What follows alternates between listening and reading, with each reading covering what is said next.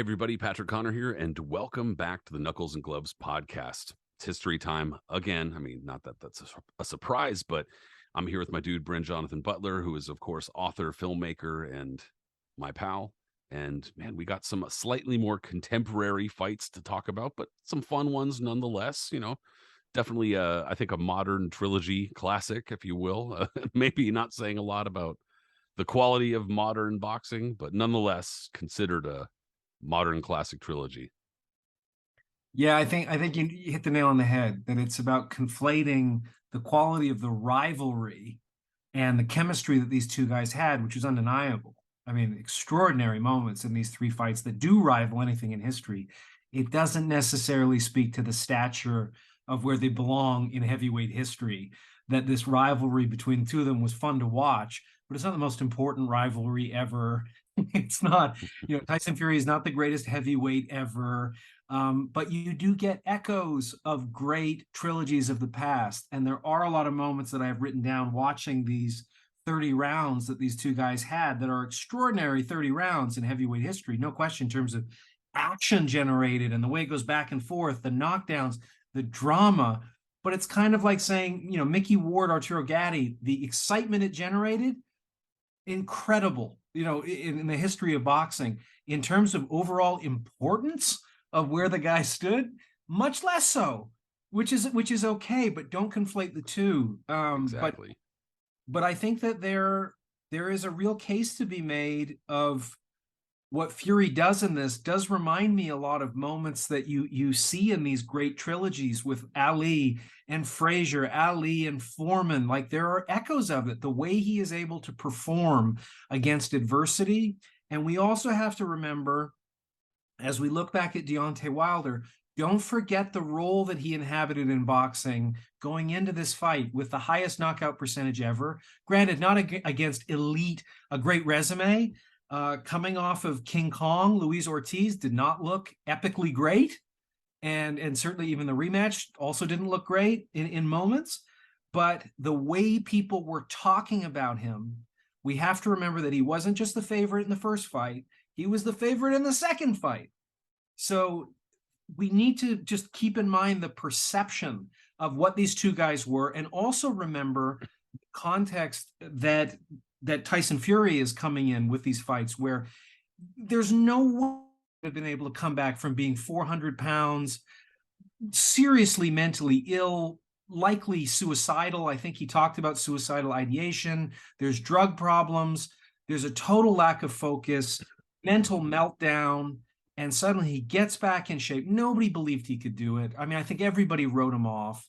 This is an incredible comeback in all of sports, what he was able to do with this. It's just, don't say that means it's the most important fight in heavyweight history. It's just the most important fight in our current era. So that recency bias is an important thing to keep in check, I think, with this. And it kind of says a lot that, putting a little bit of context here, right? Because I was looking over Tyson Fury's record for this because of course we are.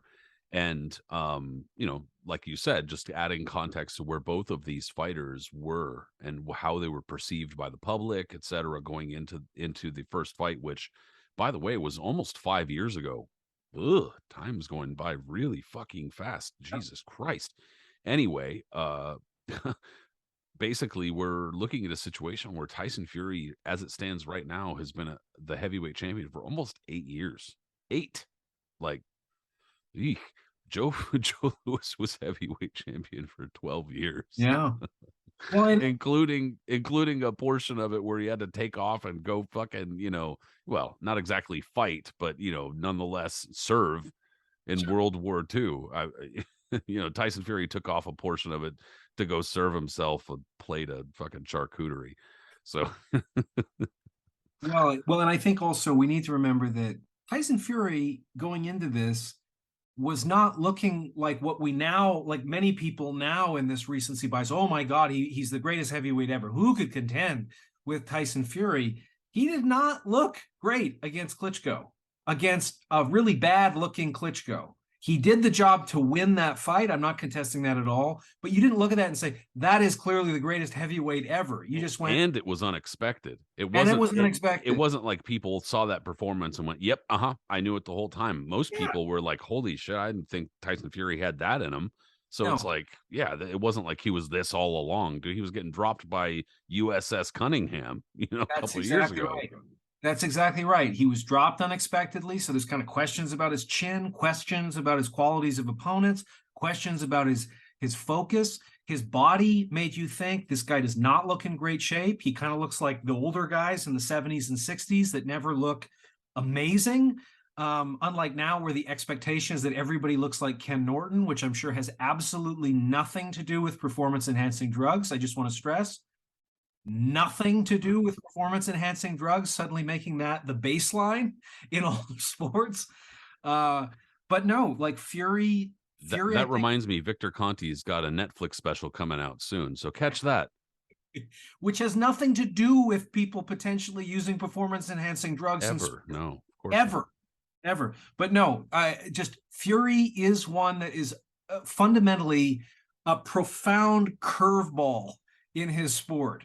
You just don't understand what it is, and it surprises you, and it's misunderstood. But that's not that unusual.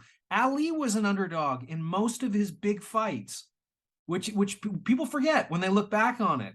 Like they know it with Foreman, but they didn't know it was also the case, with Liston both times.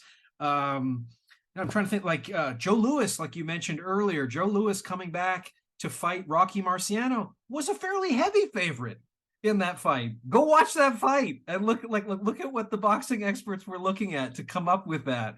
So we don't always know what we're seeing as we're looking at something. And Fury is a prime example of that, but he also is somebody who's kind of a curveball in his own life. He is not Andre Ward in terms of being perfectly prepared, disciplined, and hyper controlled in sort of what he's bringing to the ring each and every time, or Floyd Mayweather for that matter. He is erratic. He has a lot of instability mentally, physically, his training, he's dealing with a lot. So should that add to the accomplishments that he's had? For many, it absolutely does. And for other people, you'd say, I mean, I think Mike Tyson made the point, any great champion needs to be assessed on the basis of longevity. And Fury is still undefeated, but both these guys are going into this fight sort of like Tyson and Frazier. They're coming in undefeated. You've got a guy where if he lands anything with his right hand, he's knocked out 98% of what's been in front of him with Deontay Wilder. They are going to be the biggest heavyweights to ever fight in a championship. And they also just have tremendous reach. So I don't think they've ever dealt with anybody that has like an 85-inch and an 83-inch reach when they're facing one another. So it has a lot of stuff on paper that I find it fascinating the way it was assessed at the time versus how we look back on it has totally changed. So I was just trying to like wrap my head around that in terms of, they were not making $20 million each. I mean, let's remember Jerry Cooney fighting Larry Holmes was the biggest payday in boxing history. 1980 or whatever it was $10 million a piece for that. Well, fast forward, as you're saying, to 2018, you've got purses of like, I think it's $3 million, $4 million for Wilder, $3 million for Fury. So don't forget that when you're thinking about where the public was in terms of fascination and interest in this fight. That's where these two undefeated guys were in terms of, Yeah. promoters investing in it. Well, and the fight also happened at Staples Center. And so Deontay Wilder, already historically at 2018, has proven that he's not a big draw outside of Tuscaloosa. I mean, I'm not trying to be funny either. He's even now not a massive draw, but a bigger draw now after this trilogy for sure. But going into in 2018, he's not a massive draw. Tyson Fury is, while he obviously has rabid fans on the internet, it's not clear whether or not there's going to be a lot of fans, like, for instance, a Ricky Hatton that are going to travel over to a Los Angeles or a Vegas or whatever, And so in 2018, we weren't really sure. Like you said, there's a lot of questions. And Deontay Wilder has a lot of fucking baggage coming into this fight, too, in the sense that Early on, a lot of people forget that he was promoted by Golden Boy. Golden Boy picked him up, and he was, the bronze bomber. They had this thing, but then they kind of really stepped back. And Deontay Wilder was fighting on a lot of like strange cards and a lot of far flung places in the, U.S. backwoods cards that are like, if you look now, they're on YouTube, super grainy, shitty video quality and shit like that. And we're talking about like, 2009, 2010, like not even that long ago. But nonetheless, he had really built up a record against very subpar opposition, and even against some of them looked really crappy. And so there was a lot of doubt, myself included, even after he had gotten picked up and started, beating the crap out of guys like Oddly Harrison and shit like that. I was just kind of like, I don't know what to tell you. Like, this doesn't tell me anything. Like he's beating the shit out of guys he's supposed to beat the shit out of, and easily. I don't know. I'm not learning anything. And so there was a lot to answer for, even going into this fight in 2018, even though it was clear the big uh question that we had answered was, is his power legit? Obviously, the dude can massively punch, Yeah. but it was the contrast of, okay, he's going in against somebody who we know can perform. It's just that the person who we know can perform, Tyson Fury, is at a very strange place in his life and career, and we don't know what this is. So where are we here? And that's kind of like, and you could see it. Tyson Fury looks out of shape. He's got a big spare tire. I mean, he kind of has always looked like that since he hit the big time, basically. But yeah, there were a ton of questions going into this first fight, even though, like you said, this was two of the top heavyweights getting in, and it was like, all right, we're gonna kind of iron some shit out here. We're gonna figure out who's the best, blah blah blah. And I mean, it just speaks to the quality of the division, unfortunately. No, I totally agree. I think that's a great point to remember. Fury's come down from 400 pounds. I mean, there are videos of him running around. He is gigantic. He's morbidly obese. So he gets down in this fight to 256. So, I mean, loses 10 stone, as he would say, coming into this. Wilder's 212. And, it's weird because this was a fight. I don't know that we've done any fights where I was kind of at the camp reporting on it. Actually, in the case of this one, where I was with Wilder, I did a profile for, at the time it was called ESPN's Undefeated magazine, with a focus on African American subjects, and I was in his camp for about a week, and he was specifically bringing in sort of opponents that represented as much as they possibly could Tyson Fury like physical dimensions. And it was extraordinary to go down to Tuscaloosa to see him.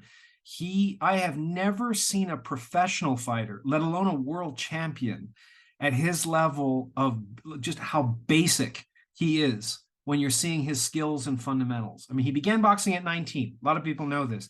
19, whereas Tyson Fury probably was boxing in his mother's womb by comparison. But Wilder looks like a guy who's on stilts, which are on roller skates when he's moving around a ring. I've never seen shadow boxing like he did for 4 rounds. I have no idea who designed that routine that he was doing, because it had nothing to do with fighting. He lost almost to every sparring partner in every round that I watched, and there was a huge cadre of UK journalists who were there. And I went over to them kind of one by one and said, how do you see this unfolding? What do you expect is going to happen? You've been here a few more days than I have. What you saw the beginning of sparring. I'm watching the last 2 days of it. And they went, our best guess is that if he doesn't knock Fury out, he will lose every minute of every round against him, which is interesting because over the next 30 odd rounds of this trilogy, that almost is completely true. He loses almost every round where he isn't knocked down, where he doesn't knock him down, rather. And Wilder is the first U.S. champ in a decade after Shannon Briggs. So the U.S. is in a weird place that we're kind of moving away from boxing. As you say, like, UK fans are the most rabid boxing fans in the world, arguably. I mean, in terms of traveling all over the world to attend fights to back up their fighters, we don't do that. Like None of the fans No. from Vegas or Madison Square Garden do Yeah, that if there's some American fighting in like London, dude, there's not going to be a ever. section of Americans that are like, we're all USA. And if they would, they'd probably get fucking chased out. Yeah, and we're in Wilder has made six successful title defenses.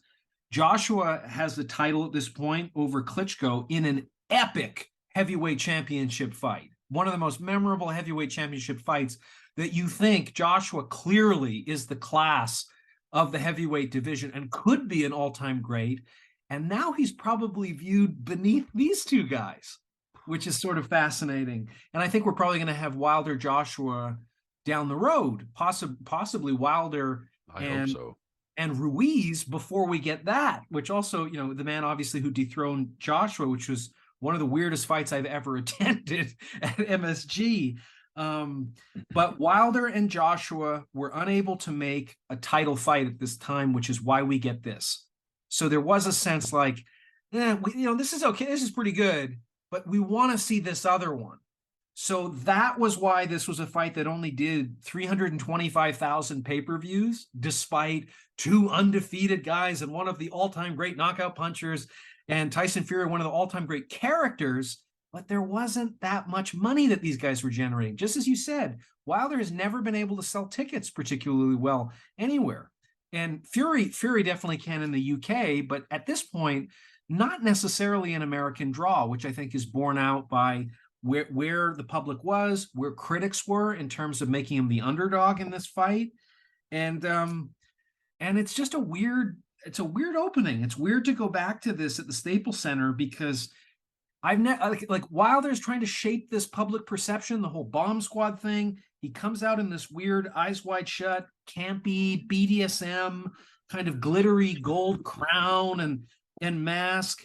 And I don't understand how anybody in his corner kept a straight face. And one last point, just about being in his camp, is as much as I'm kind of knocking what I saw, including Mark Breland directly telling me, I asked Breland, at what age were you able to do what he's doing now as a heavyweight champion of some years standing? And he said, like 9 years old. He's at about the skill level I had at 9, but he said, but it's the heavyweights. You don't need skill if you can punch.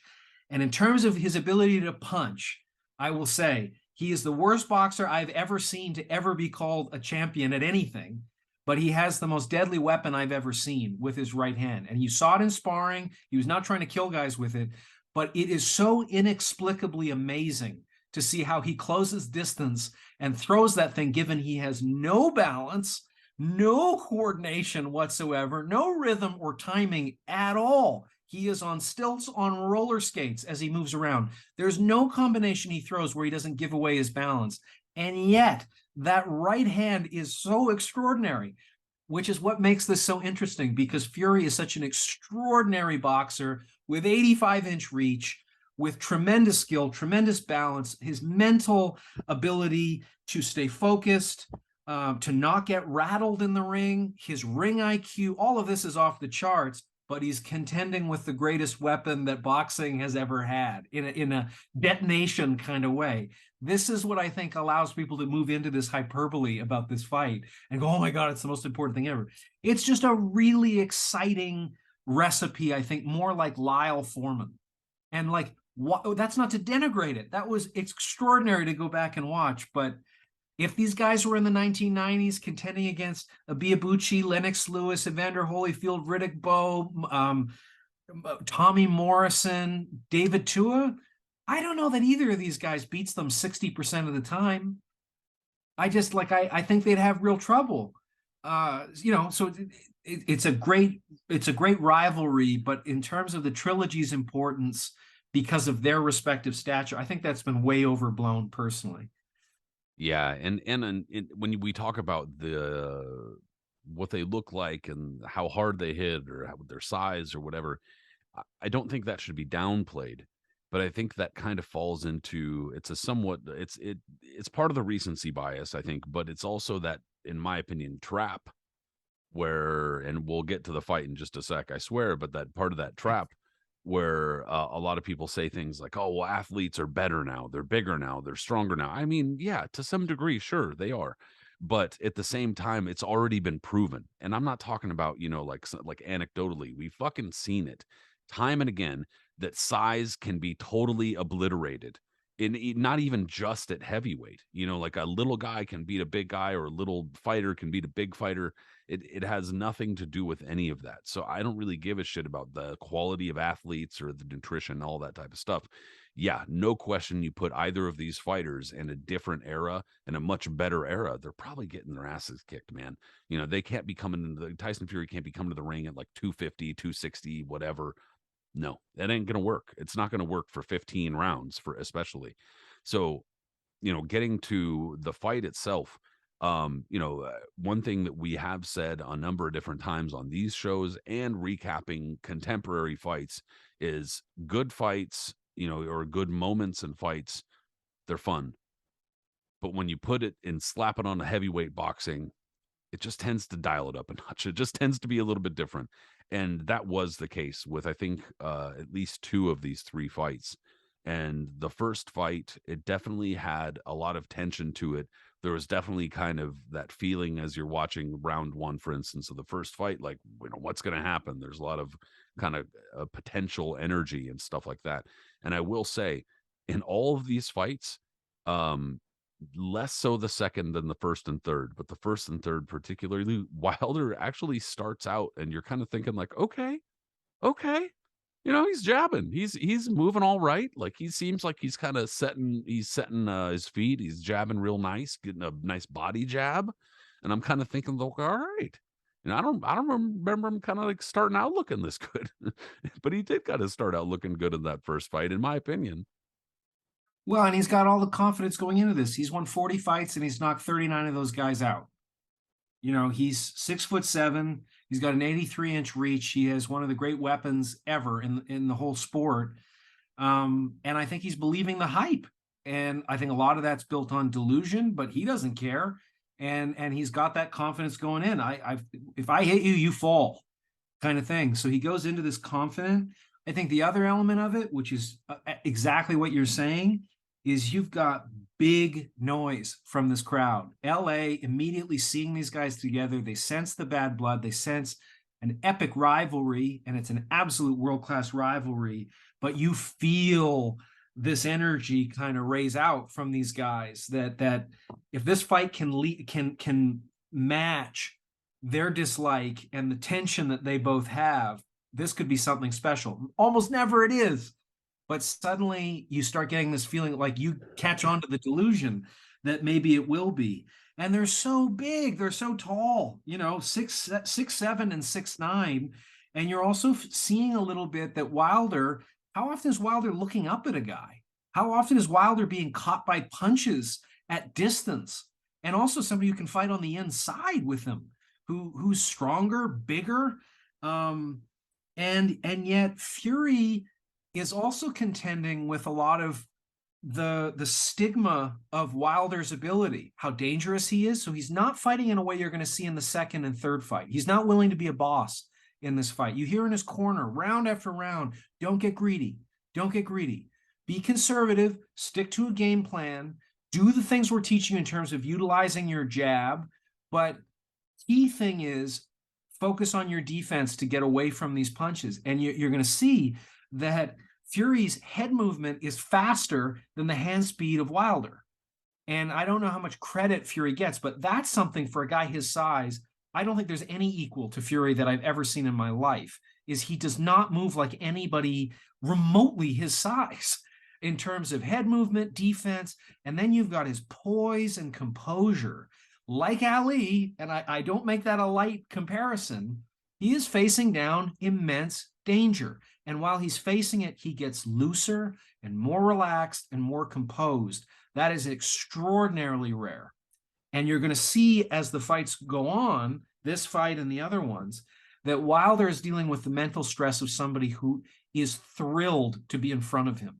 That is not something that Wilder sees in the faces of his opponents very often at all. And Fury just has a look of determination. Even when he gets knocked down, his face never looks like, what am I going to do? It kind of looks like Buster Douglas getting dropped by Tyson. God damn, I fucked up. Get up, do what I'm here to do, knock this fucking guy out. And Fury has that from the beginning. I don't know where it comes from, but he has a kind of fearlessness that it's like turning it into a game a little bit. So Yeah. first round, I agree with you. Wilder's coming in. I'm 40-0. I'm the favorite. I'm the boss. And Fury, I know, can move a little better than I can. It's just a matter of time before I drop the right hand. And so he looks a little stiff. That's just the way he is. In my notes, I'm somebody that has spent a lot of time watching Felix Sabone. I see a lot of overlap between the two of them, except Felix Sabone can move. And Wilder cannot move. So he's dealing with the range issue. He's never had somebody where he's held accountable the way that Fury can hold him accountable with an 85-inch reach. Plus, he can bounce around and move. And also, Fury is able to back away and turn away from punches that come at him. So even if he's hit and even hit cleanly, he's taking a lot off those punches in a way that we just haven't seen anybody do with Wilder before, which could lead him sort of consciously to assume, like, why isn't he responding to the punches I'm landing the way everybody else does? But it's just because Fury is always ready to move away from things. He's not just committing and coming forward. He's anticipating stuff coming at him, and I think he wants to drag this fight on. He's curious about the stamina that Wilder has. So I thought it was a first round that Wilder was winning pretty comfortably, and then, according to my scoring, just at the end, Mm-hmm. Fury gets aggressive, and I thought it's kind of he stole a very close round. Yeah. But I would have no problem if you gave it to Wilder. I just thought Fury just did just enough at the end to land the biggest punch of the round, and whatever bias I have toward people doing that, he succeeded in getting it from me. And the last little point I have is just that the announcing that PBC had for this fight is singularly fucking terrible. It is horrible. Yeah. Like, I would rather listen to this on mute or fucking have whale sounds playing. Like, it's just awful. I muted it.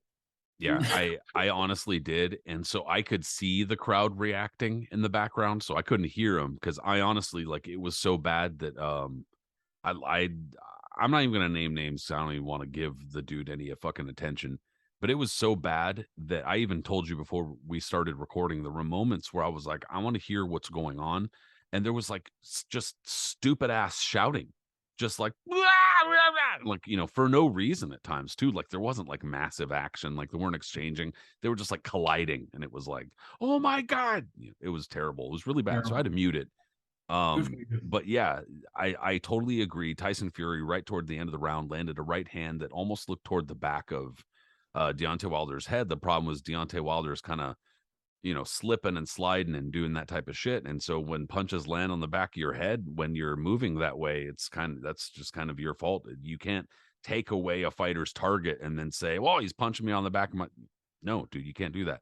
And so, yeah, I agree. I thought Tyson Fury should have taken the round, but uh, one thing, Deontay Wilder, if you gave him the round, wouldn't argue with you too much. However, uh, on the hind end of that, I think that Deontay Wilder's confidence really just played perfectly into Tyson Fury's plan because, yeah, he was jabbing well. He was doing fairly well from the onset, Wilder, that is, but he immediately moved into playing Tyson Fury's game.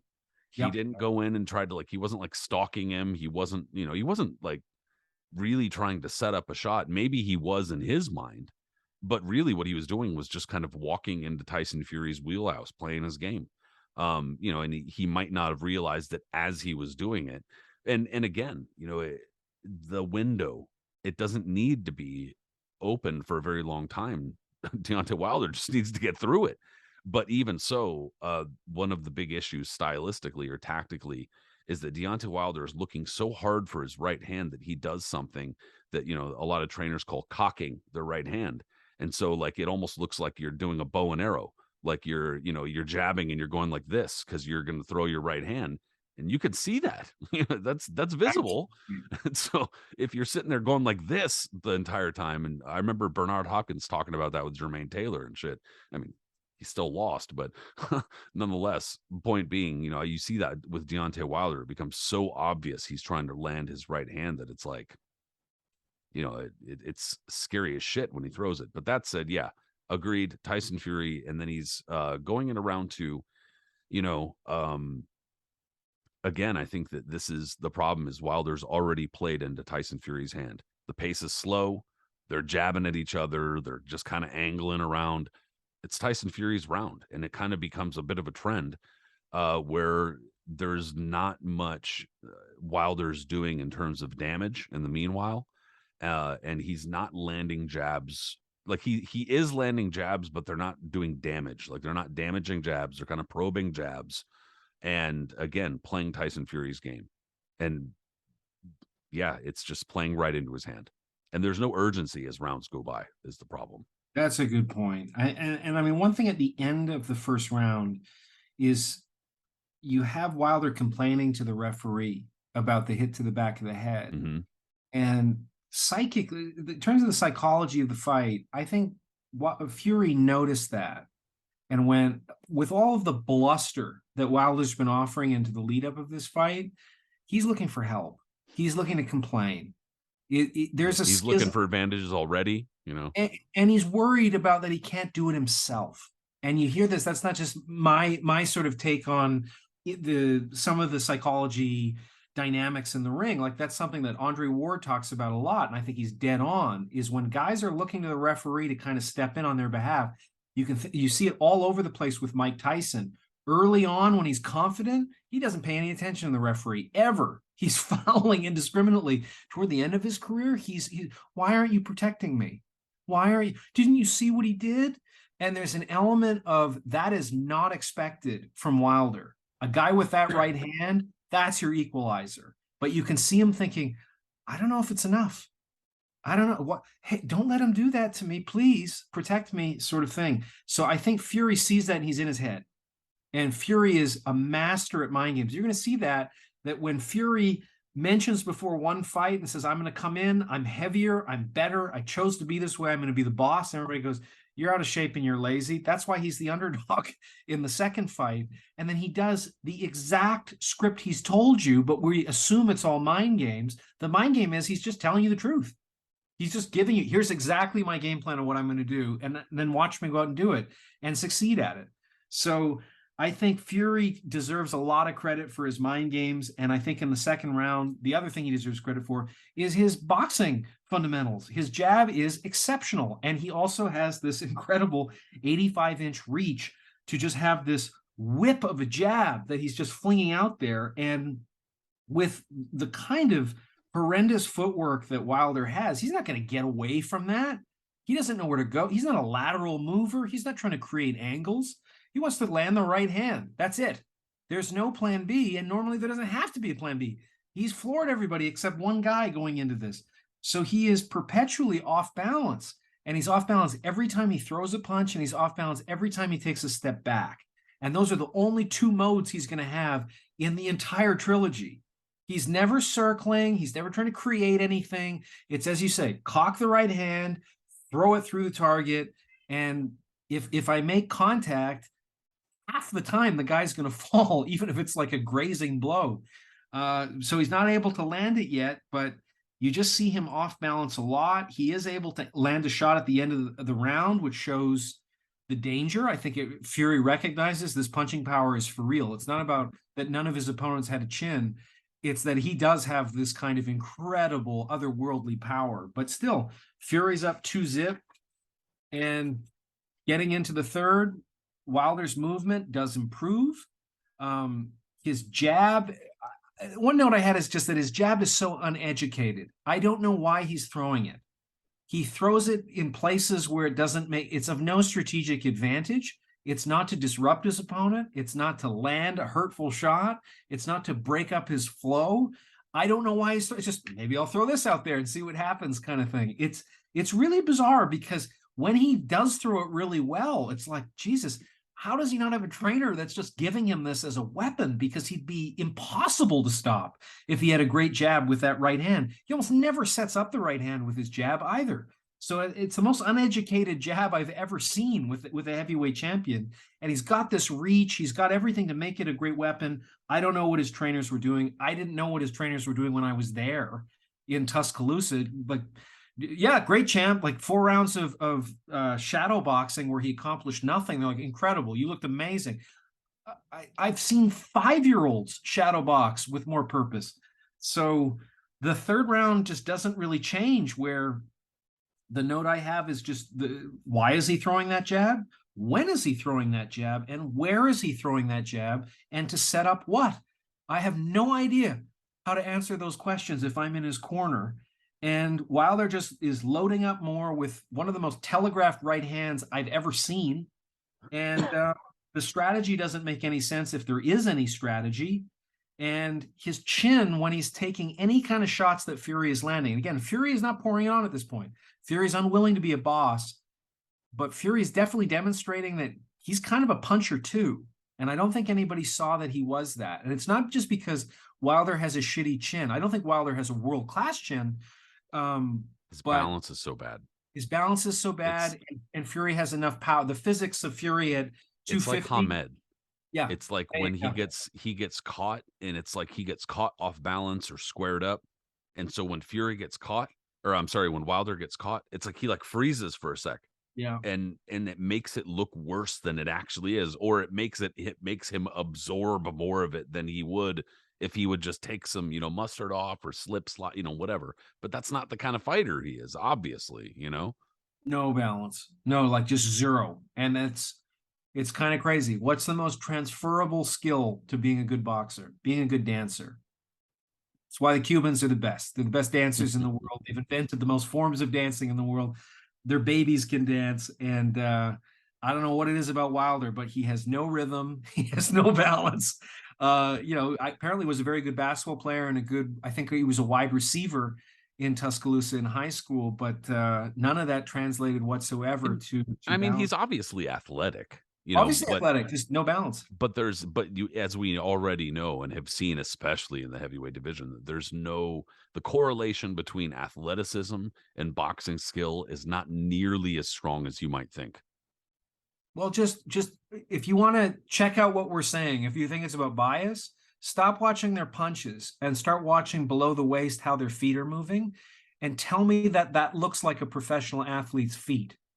And after that, go watch Muhammad Ali, even as a 40-year-old man fighting Larry Holmes, probably suffering from Parkinson's syndrome. He still looks like worlds away from Deontay Wilder's What was footwork. the dude that was big for a couple of years back that Jonathan Banks wound up whooping his ass real bad? Oh Uh, yeah. what, Jared? No, I whatever. Anyway, you know who I'm talking about. But Michael Grant, et cetera. There are a lot of these fighters who have come to boxing from other sports late in life, and yeah, they look great. You can teach them how to throw a good punch, but like then you look at their footwork and they're all over the place, and that's the type of shit that you develop over years, sometimes a decade. So Yeah. hold on, give me just one sec. My Yeah. internet's kind of going in and out, but it should come on in a sec. In any case, yeah, you could see athletically that it's not the same. And in here, at least in Deontay Wilder's case, he does kind of look like an athlete who came from another sport. He does. He just what does happen to translate is just this extraordinary punching power. But in terms of everything else, like if he couldn't punch, I think Michael Grant is a better fighter overall. I think he's a far more complete fighter. And I think nothing of Michael Grant in terms of being a world-class fighter. I mean, top 10 in his time? Yeah. Why not? He was devastating. He was 6 foot He's seven. almost like an overachiever, Yeah, when you yeah. look at it.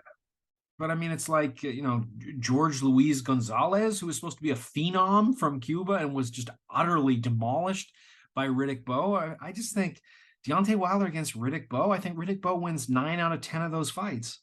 Like, I mean, Bowe in shape, like Bowe who fought Holyfield. I mean, how does Holyfield do against Deontay Wilder? I hate Evander Holyfield as a fighter, but still, like, he solved a lot of guys I didn't think he'd ever solve. You know, Biabuchi, like down the line, I just think like this is a guy that has one answer to every problem. And I mean, not everybody is a nail that this hammer can just boom.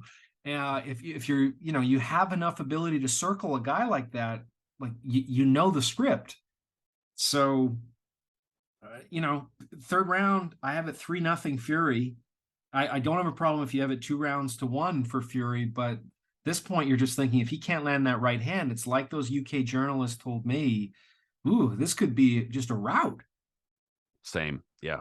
I have it 3-zip. If you want to give Wilder the first round, I wouldn't be mad at you and I wouldn't argue too much. But um, again, the problem is that Wilder's really buying into this. He's really, and that's one of the big issues with Tyson Fury, and that is a skill. A lot of people kind of dismiss it. It's not a skill, but being able to convince your opponent to do what you want them to do is a skill. And again, I know that Tyson Fury is not Muhammad Ali. I'm not saying he is, but that's something that Muhammad Ali could do. Muhammad Ali could feint on you and you would bite on the feint because you don't know what the fuck he's going to do to you. And that's the kind of thing that Tyson Fury does. And that's how he beat Vladimir Klitschko. Like he feinted the living daylights out of him the entire fight.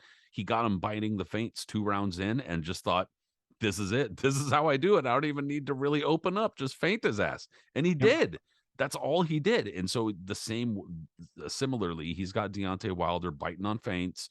He's got him, jabbing and then feinting the jab. And Deontay Wilder is, whoa, crossing up like he's going to try to parry it, but like, nothing's coming. And so already Deontay Wilder's playing his game, dude. 3 rounds to 0 for me going into the 4th round. It's the same thing. Nothing is really changing. Every so often, though, Deontay Wilder has given us this little glimpse, like he's, throwing some nice body shots, but they're like 1 off, maybe 2 off. He's not Yeah. following up. He's not being consistent with his offense. He's not consistently throwing combinations. He's just 1 jab, maybe 2 jabs, a big looping right hand or something like that. And there are these brief moments where it looks like, ooh, if he just adjusted this, he could. But no, that's not, that's not exactly how it's happening. So I wound up with 4 rounds to 0 personally because it's just not enough is changing. Yeah, I mean, Fury's corner says to him, "Do not be greedy." He's not being greedy. He's being disciplined. He's got a good game plan. It's working out really well. Wilder, to his credit, begins to open up, but his hand speed is unable to catch up with Fury's head speed in terms of head movement and anticipating what's coming and finding creative angles to get away from it. Now, here's where we can get a little contentious, at least in subjectivity of scoring, is personally, I would give Fury some points on the basis of his defense being able to control the round effectively. Some people don't. They want like who landed more punches or better punches and all of that.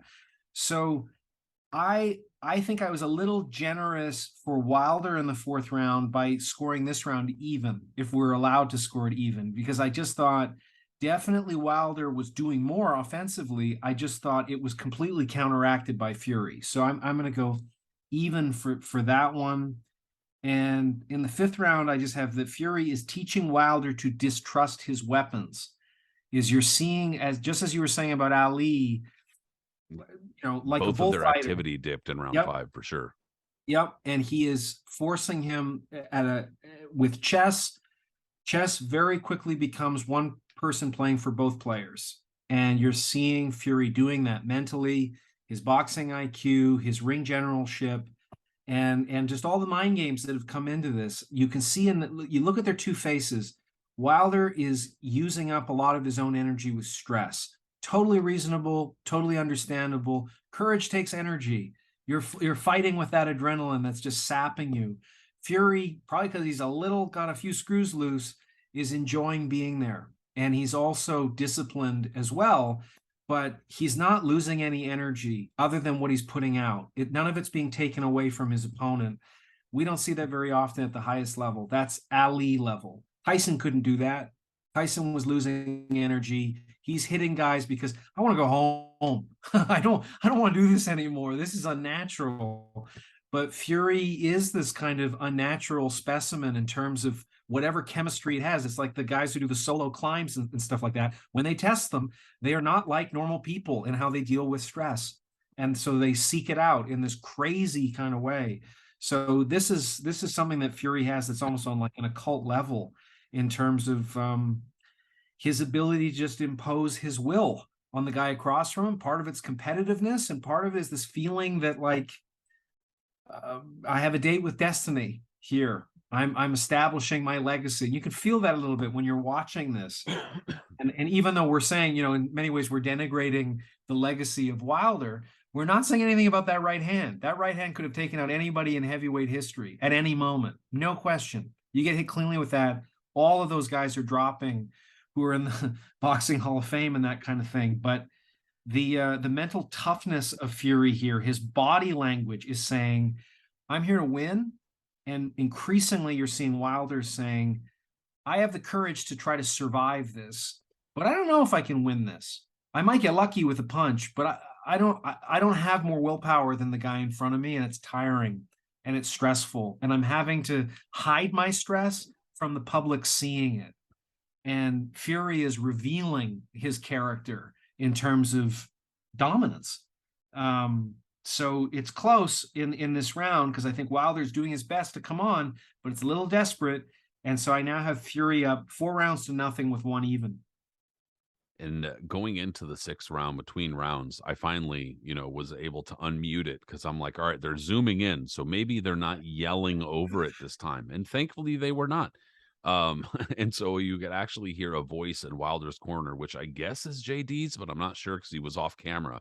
But he's saying, you're doing great. Just keep doing what you're doing, set up with the jab, set that knockout. And I'm like, dude, this is not good advice. I mean, it's one thing, like, you don't it's tricky, dude. I'm not trying to like play Monday morning fucking trainer here because I'm not dumb, and I know that like it's a fine line to walk between telling your fighter that they need to get in there and kick some ass and they need to get a knockout, but you don't want to destroy them. You don't want to be like, dude, you're not doing shit in there. What the fuck are you doing? You can't. That's not helpful to most fighters. You know what I mean?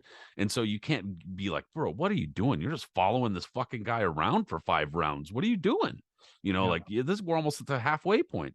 But the total opposite is like, you're doing great, dude. Like, you don't even need to change anything. Oof, that's not the right advice. It absolutely is not.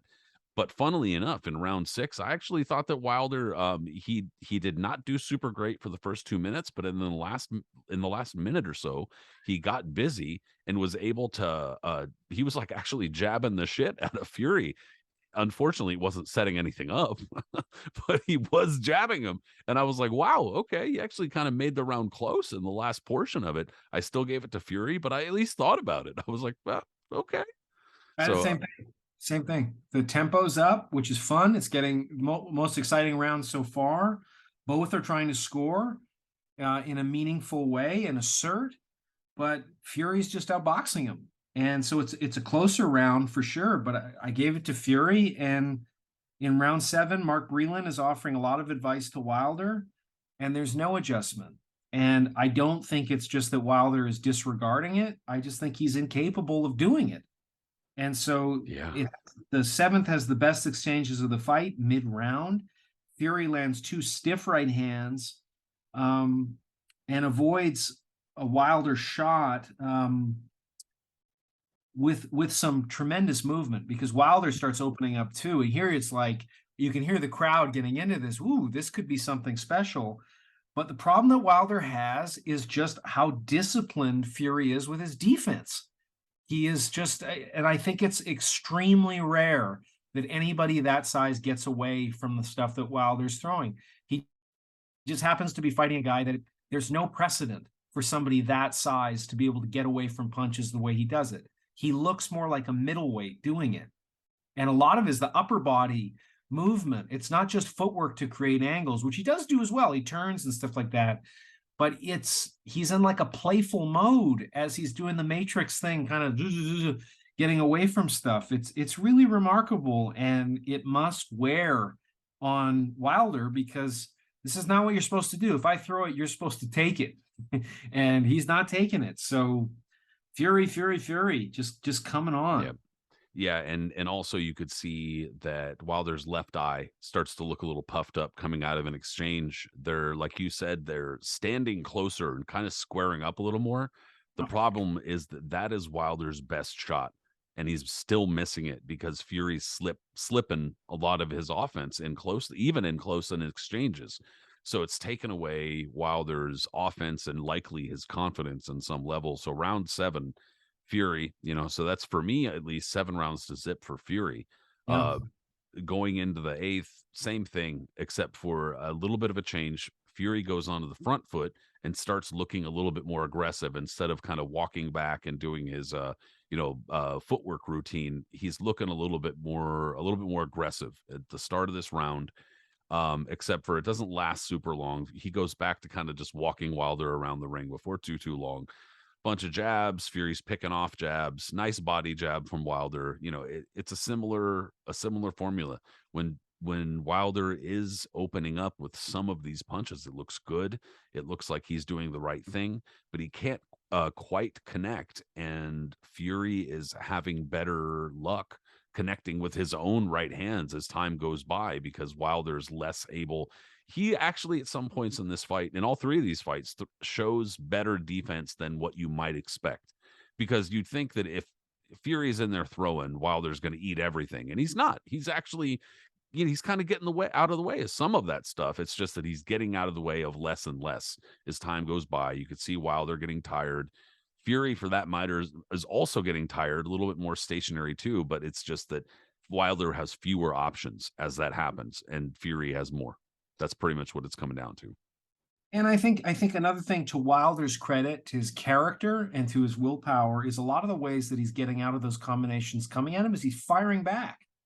He's not That's just true. he is disrupting them. And he's disrupting them with meaning. Like, there are bad intentions with the shots he's throwing back, and Fury knows it. Fury is well aware that if he makes one mistake, as we're going to find out later on in this trilogy, there is serious consequences. You are a split second away from all of this being over, and you're just staring up at the lights as Wilder takes your championship and lineal title. So yeah, eighth round, I think Wilder's hands are down. I don't understand that particularly. It's interesting that Fury is almost always throwing just arm punches. He does that thing that Duran used to do, where as he throws a right hand, he will step over it and then like throw a hook with the right hand, or throw a straight left. Like, he's very comfortable shifting as he comes forward. It's remarkably difficult to do. Like, you don't see heavyweights doing it. You see Duran doing it. You see some of the lower weight classes. You don't see cruiserweights doing it. You don't see super middleweights doing it. But Fury can do it at 6'9", 250. It's extraordinary. And clearly Wilder has never faced anybody doing that. And none of his sparring partners were that good either to prepare him for this kind of footwork to set up punches. The way that Fury comes forward with shots and shifting his stance, it's fluid. It's just seamless. And he's demonstrating, even with arm punches, that he can kind of daze Wilder a little bit. So I just have that Wilder's doing as much as he can, but Wilder's loading up on everything. Fury is willing to use arm punches to score. I wonder what would have happened if Wilder was willing to score with shots. The problem is that, as I mentioned earlier, every time he throws a combination, he falls over. If he throws a jab, he'll step back. He's off balance. As he's coming forward with like a two and a hook, you see him almost fall over. He just is losing balance as he comes forward, which is really rare at the top level, let alone a heavyweight champion.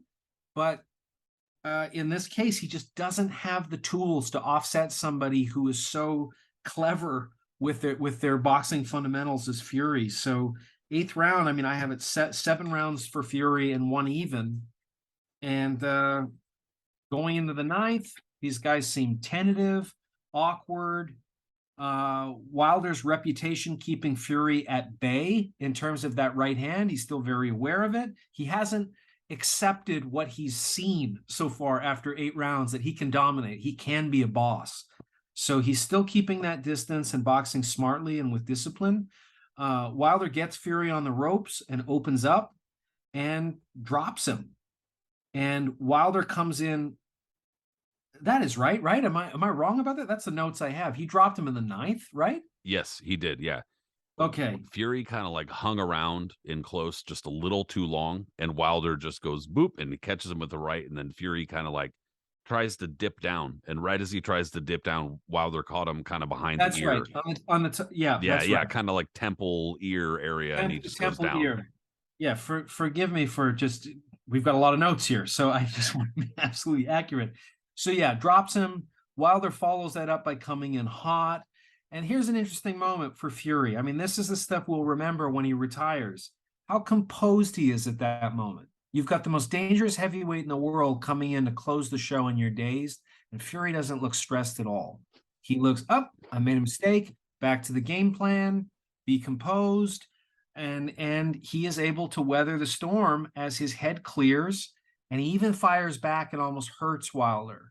I think that sends a message Yeah, he back to, backs him oh, off pretty good. Yeah. he does. So it's definitely a 2 point round for Wilder, but I think Fury has made as big a statement getting up, and not just getting up, but in no way being demoralized by what Wilder's been able to do. And that's a moment that I think has an echo with the Frazier Ali thing. Is as much as it is so iconic to see Ali drop the way he was by Frazier, it's even more impressive the way Ali responds by jumping up. And this is Fury's moment for that. And Fury, as much as he deserves credit for his moments of dominance, it's the way he's dealt with adversity in this that I think is what's going to really make him remembered as somebody special after he walks away from the game. And this is a guy that is he's doing this against a guy that we've never seen anybody stand up to him and go against him in a way that they want to win. And he's still doing that as he's dazed and face the full force of taking a shot that drops him. And just the way the crowd is reacting tells you we know we're watching something kind of special, what these two guys have, not just going into it, but it's even better than we thought. Like what the recipe is even better as it comes out of the oven. So that this is where it really turns into, I think, what it becomes in the next two fights. Of there's just drama at every Right. moment. Well, it went from a 7-0-1 or 8-0 fight to all of a sudden, oh shit, somebody's alive here. That's And right. and on top of that, we had most likely a first for a heavyweight title fight, and that was both fighters flicking their tongues at each other like as if this is 1991 and they're both truckers trying to flag down a car full of girls. You know what I'm saying? Like it's like I don't think that's ever happened in a heavyweight championship fight before, but it has now. It has now. Clear 2-point round for Deontay Wilder. You know, Yeah. it wasn't like it was an extremely dominant round for him, but it was clearly his round with that knockdown. And yeah, you know, it clearly set up also like, okay, this can happen. Like, you know, he's not just getting routed here. And so going into round 10, obviously there's far more tension, far more like, all right, you know, we got a fight here type of energy going on, except for, you know, Wilder just goes back to doing what he was doing before. You know, Yeah. he doesn't really make much of an adjustment, and that's of course assuming that he's capable of making a bunch of adjustments on the fly. I'm not entirely sure he is, but nonetheless, he doesn't. Yeah, he doesn't uh do really anything. He doesn't like up his activity. He doesn't go after Fury. He doesn't go shit. Okay, here let me set the right hand up with a hook. No, he just kind of goes back to jabbing and following him, and you know Fury kind of finds a little bit of a second wind and just goes also back to kind of that dominant tempo. Yeah, I mean, I think I had a little bit more than that. Is I think that Fury begins to stalk Wilder here, which we hadn't really seen up to this point, and becomes the aggressor. Is willing to assume that role here, where you're thinking, Jesus, like after coming back from the previous round, that's an interesting response. That's pretty atypical. But what you're seeing is him developing a blueprint on the fly in the first 30 seconds of the round about how that his willingness to dominate and to be a boss with intelligent, measured pressure. And that's going to be a template that he's going to implement in the next two fights. So I thought this is kind of an important round in terms of what it represents for Fury's receptivity to learning on the job. As much as the corner is providing him advice, he's gathering data. And this is very rare at this level. Floyd Mayweather did this better than anybody that I've ever seen in terms of what are the problems to solve? How many different plans can I implement to work out that problem, to figure out how to unlock this? And Fury's doing exactly the same thing. You're going to see it in the next two fights too, that as an uppercut works, he starts using it more. He starts trusting. He's willing to deviate and be creative. in a way that most guys, it's just implement the plan that the coach has come up with. And the more accurate you can be in that, the better job you've done. Fury knows how to do that. He's been known how to do that since he was 10 years old. Here it's, I don't care about the danger. I'm learning better ways to adapt. And I think the 10th round is kind of a key thing for that. That's true. Yeah, it's a good point. So Fury takes this round. The 11th, it's a weird round. It's tense. Both guys are stepping up the pace, but it doesn't kind of lead to very much that's meaningful. I had remembered as I watched all three of these fights that any round where Wilder did not knock Fury down, that he had lost the round. I saw it differently revisiting it, so I gave Wilder this round. And then, going into the 12th, how did you see that one? I gave Tyson Fury the 11th, but I also did note that I thought that there was a really nice hook from Wilder and that it was a close round, and that, if you gave Wilder that round, I wouldn't be mad. But going into the 12th, Wilder kind of stabbing to the body, I noted it's a nice jab. He's got a nice jab to the body. When he used it, it just didn't do anything. It didn't go anywhere. But Fury kind of seems like he wants to end the fight big. He's looking for a big right hand. Very good right hand from Wilder and a left, and then Fury's down. And one of the craziest things about this knockdown is that it almost seems like Fury sees it coming, almost like he's kind of gotten a little tired, like he, couldn't quite get out of the way of it. And then on top of that, I got to give Wilder credit because he follows up with a left hand that catches him on the way down. One of those like almost a David Tua, John Ruiz situation, but obviously not that vicious.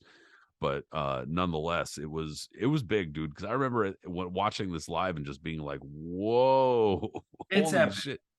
I thought it was done. It's done. He's done. It's over. The ref's counting over him. He looks like he had this look on his face, like, I'm like, "Oh shit, he's knocked out." And then he stirs a little bit, and I'm like, "No." And he gets up, and it's like, "Oh shit!" One of the greatest, kind of meme video moments after this fight that came out afterward was, I might have even been the same night, they had video of Deontay Wilder walking to the corner and he's like doing this little shimmy and shit after the knockdown. And then Tyson Fury sits up and he goes like Deontay Wilder looks at him like, "What the fuck are you doing? Well, what do you think you're doing getting up? Are you fucking kidding me?" And so just the fact that that's what's so crazy is that Tyson Fury's reaction, similar to, which I don't want to steal it from you, but Frazier Ali won, because I bet you were going to say something, but Sure. nonetheless, Tyson Fury getting up from it almost steals away from the knockdown. The knockdown was massive, and to get up from it has to be even more massive to take away from it. That's what's so crazy. No, I mean, it's straight out of a Rocky script. Like we've moved out of just watching regular sports and we're into something metaphysical, because the knockout was so iconic. And as you mentioned, the one little thing you left out is the moment that Wilder lands the second shot, he turns, does the guillotine of the neck and says it's over and looks away. It's this walk-off home run moment, and everybody is on their feet. What could possibly surpass this dramatically? Nothing. And then at the 9 count, it does. And then you turn around and he's getting up. It's like, what? It's where a movie could never compete with it, because it's real life. You wouldn't believe it in a movie. So this is too control. It's just Stallone enough, but it's real life. And Fury's willing. Somehow, where does this come from? Who knows? But he gets up. And it's exactly right, in terms of the Ali Frazier thing. We thought we'd seen the audition for it earlier with him getting up, but no, here it is. Arguably, it's even more iconic than Ali getting up. He's not as important a boxer, but within this fight, within this rivalry, within the excitement and drama of this fight, it's one of the great moments in heavyweight history. It just is. Is it the most important moment? But it's unbelievable. It's to come after that. It's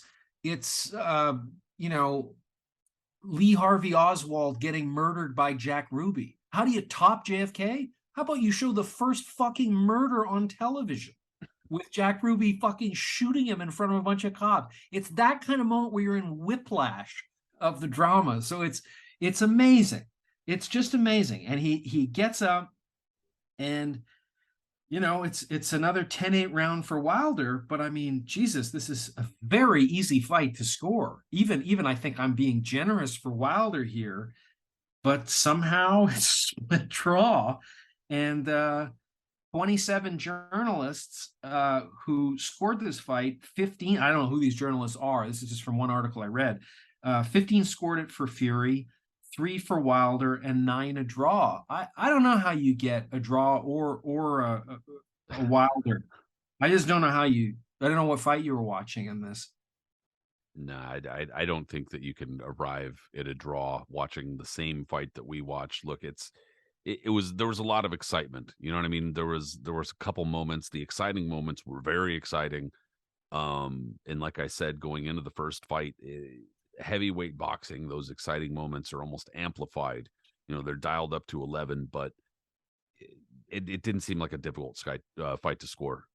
I at the end wound up like you said. I round 12, 10-8 Deontay Wilder, even though Tyson Fury came back and looked like he briefly stunned Wilder at the end. Yep. A lot of it was that Wilder looked just exhausted. He was done for. And how much of that exhaustion was, like you said, like this guy's fucking done for. I just knocked him out. And then you turn around and he's up and you're like, what, dude? So deflated. Fuck. So how much of that was just that adrenaline dump, who knows? Regardless, I have it scored 116, 110 Tyson Fury, which is a very firm Tyson Fury win on my card. Yeah, me too. Me too. And one thing we didn't talk about is that because these guys have, it feels like they're kind of younger than they are in terms of just how long they've been on the scene of sports, especially in the United States. But Wilder's 33 when this fight happens. Fury is 30. I'm not saying they look physically younger, like they look appropriate, but I'm just saying like it feels different with them because it's like, have they really been where they are for as long as they are and are not 25, 26? Like Joshua seemed the appropriate age after Klitschko. Young guy, you've got maybe 10 years more of him kind of thing, but these guys are a little older, a little bit more. So yeah, weird ending to it. So, of course, we need unfinished business, the rematch, as it's billed. February 22nd, 2020, at the MGM Grand. Wilder comes in 19 pounds heavier for this one, but Fury is 17 pounds heavier at 273. So we have on our hands the heaviest contest between two guys in the history of the sport. And Wilder again, slight favorite. I'm curious what they were watching that first fight that kind of gave them that impression. But this fight has way more interest. This going into this, there's between 800 and 850,000 pay-per-views, almost a triple jump on the basis of what happened on the first time. So I mean, I think some idiot compared it to maybe it was Brian Kenny or something like that. I say he's an idiot for this comment to Gaddy Ward as heavyweights. He's a generalized idiot too. It's okay. Yeah. Yeah, I'm not a fan of his commentating. I like his enthusiasm, but it's all canned bullshit most of the time. I don't even think he needs to watch the fight. It's just, every round I've got 2 or 3 things to say that you might remember me for saying.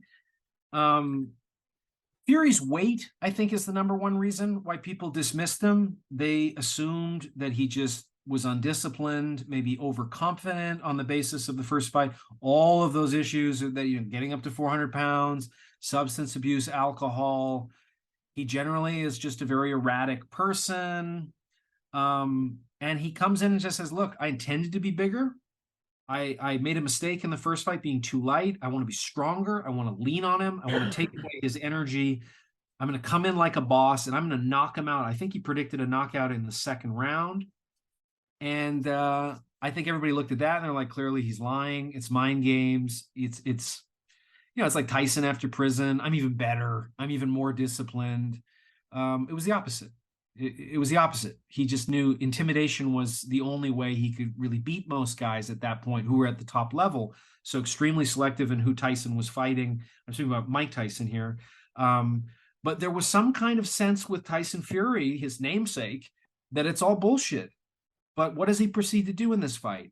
word for word walk the walk of what he's been saying he's going to do, which nobody anticipates. And I remember at the time, you and I were talking about this fight in the lead up to it. And at the end of it, mainly I feel wrong when I predict these fights, but I said to you, what if he actually just goes out and does exactly what he says? Like, what's going to happen? Kind of thing. And I think I missed it by a round in terms of the knockout when it happened. But it was really weird even just to watch it because I wasn't saying it from confidence. I was just like, what if he does just he really intend to do this? What is going to happen? And why are we thinking that Wilder can do anything about it? Didn't we just see Fury like got caught by two punches in the last fight that were meaningful? What if he doesn't get caught by them and adds added strength, more punching power, can lean on him to deplete more energy? I don't know that Wilder's coming into this fight with a lot of like brimming with confidence.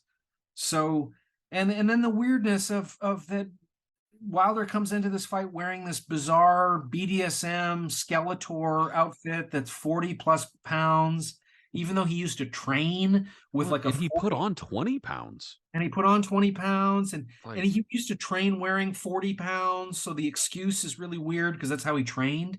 But just said he knew the moment he took off the Skeletor outfit that's for Black History Month. I don't quite understand that correlation.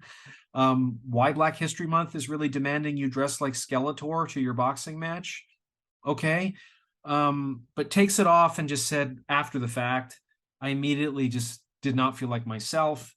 And Fury comes in where that blueprint we talked about before, he he's ready to be the boss. He's ready to just take this whole thing over, and he's willing to risk fighting that way. There's a consequence. There's a serious risk to fight that way, but at this point, it's just like fuck it. I'm not going to take a back seat. I'm not going to be cautious. yeah. I'm going to be greedy, and I'm going to go all in, and let's see what happens. Let's roll the dice, sort of thing. And I mean, like, how did you see this? Like, how did you feel this was going to go in the lead up? Because it's got way more interest in it now. Yeah, well, and the problem with a lot of these Tyson Fury fights is that there's so many asterisks, dude. That he fought this dude Tom Schwartz, this German heavyweight who was undefeated but pretty nondescript.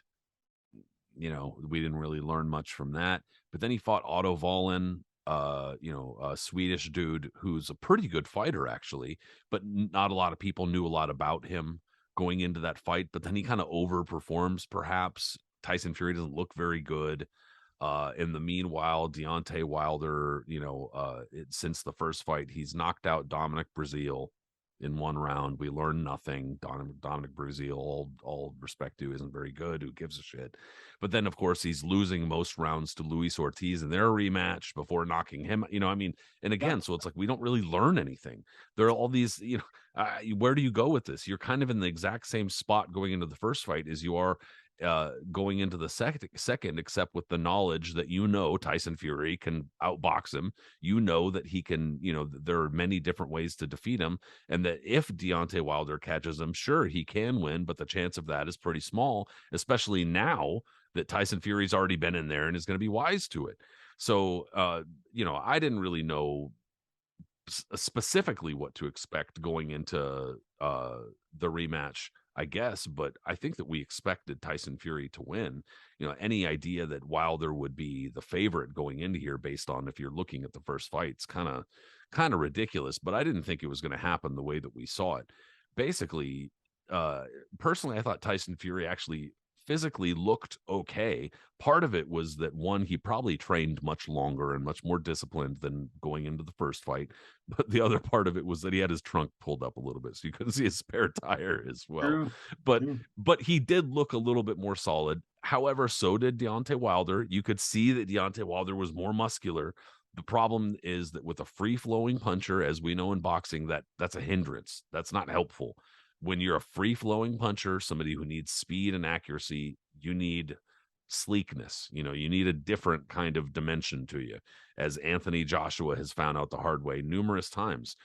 Every single round in this fight, Tyson Fury basically did a combination of outboxing Deontay Wilder and just mauling the shit out of him. Just mauled him. just didn't even care, just, pushed him around, pushed his head down, lost a point at one point for it. And Deontay Wilder couldn't do a thing. He looked sluggish. He looked like he had no resistance almost.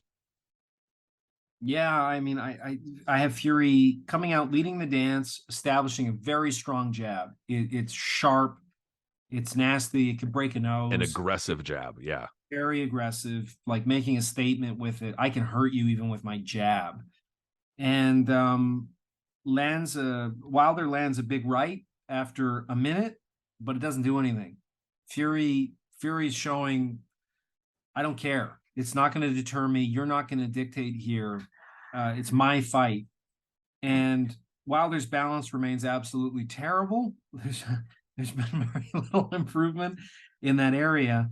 And Fury, meanwhile, has added a weapon in what he's willing to implement against Wilder, and it proves extremely effective in this fight and the following fight, which is he throws that Lennox Lewis left right, where the left is largely a decoy and the right is looping. And often he'll do it stepping, so he creates a new angle as he's throwing it. So this lands, and Wilder clearly does not like taking it, and he has absolutely no ability with his footwork or head move. He doesn't really have head movement, but it's hard for his punches to disrupt it. So you got a big problem with this looping right that is landing at will. He hurts Wilder with a straight right after that, and Wilder is just struggling, not trusting his offense because he's worried about getting countered. That's kind of new. We didn't really see that in the first round. Wilder was able to respond, and Fury was giving him a respect that now is changing. So you have Fury adding more pressure, and you're watching very noticeably that Wilder's energy is depleting through stress. He's stressed with what he's confronting. Fury keeps coming forward, and he has the benefit that his combinations are followed with his footwork. So he's bringing his balance with him. So the punches and footwork are in sync. Textbook stuff, rare to see in a heavyweight. And he's willing to switch up his stance, which Wilder has no answer for. He never dealt with anybody doing that in front of him before.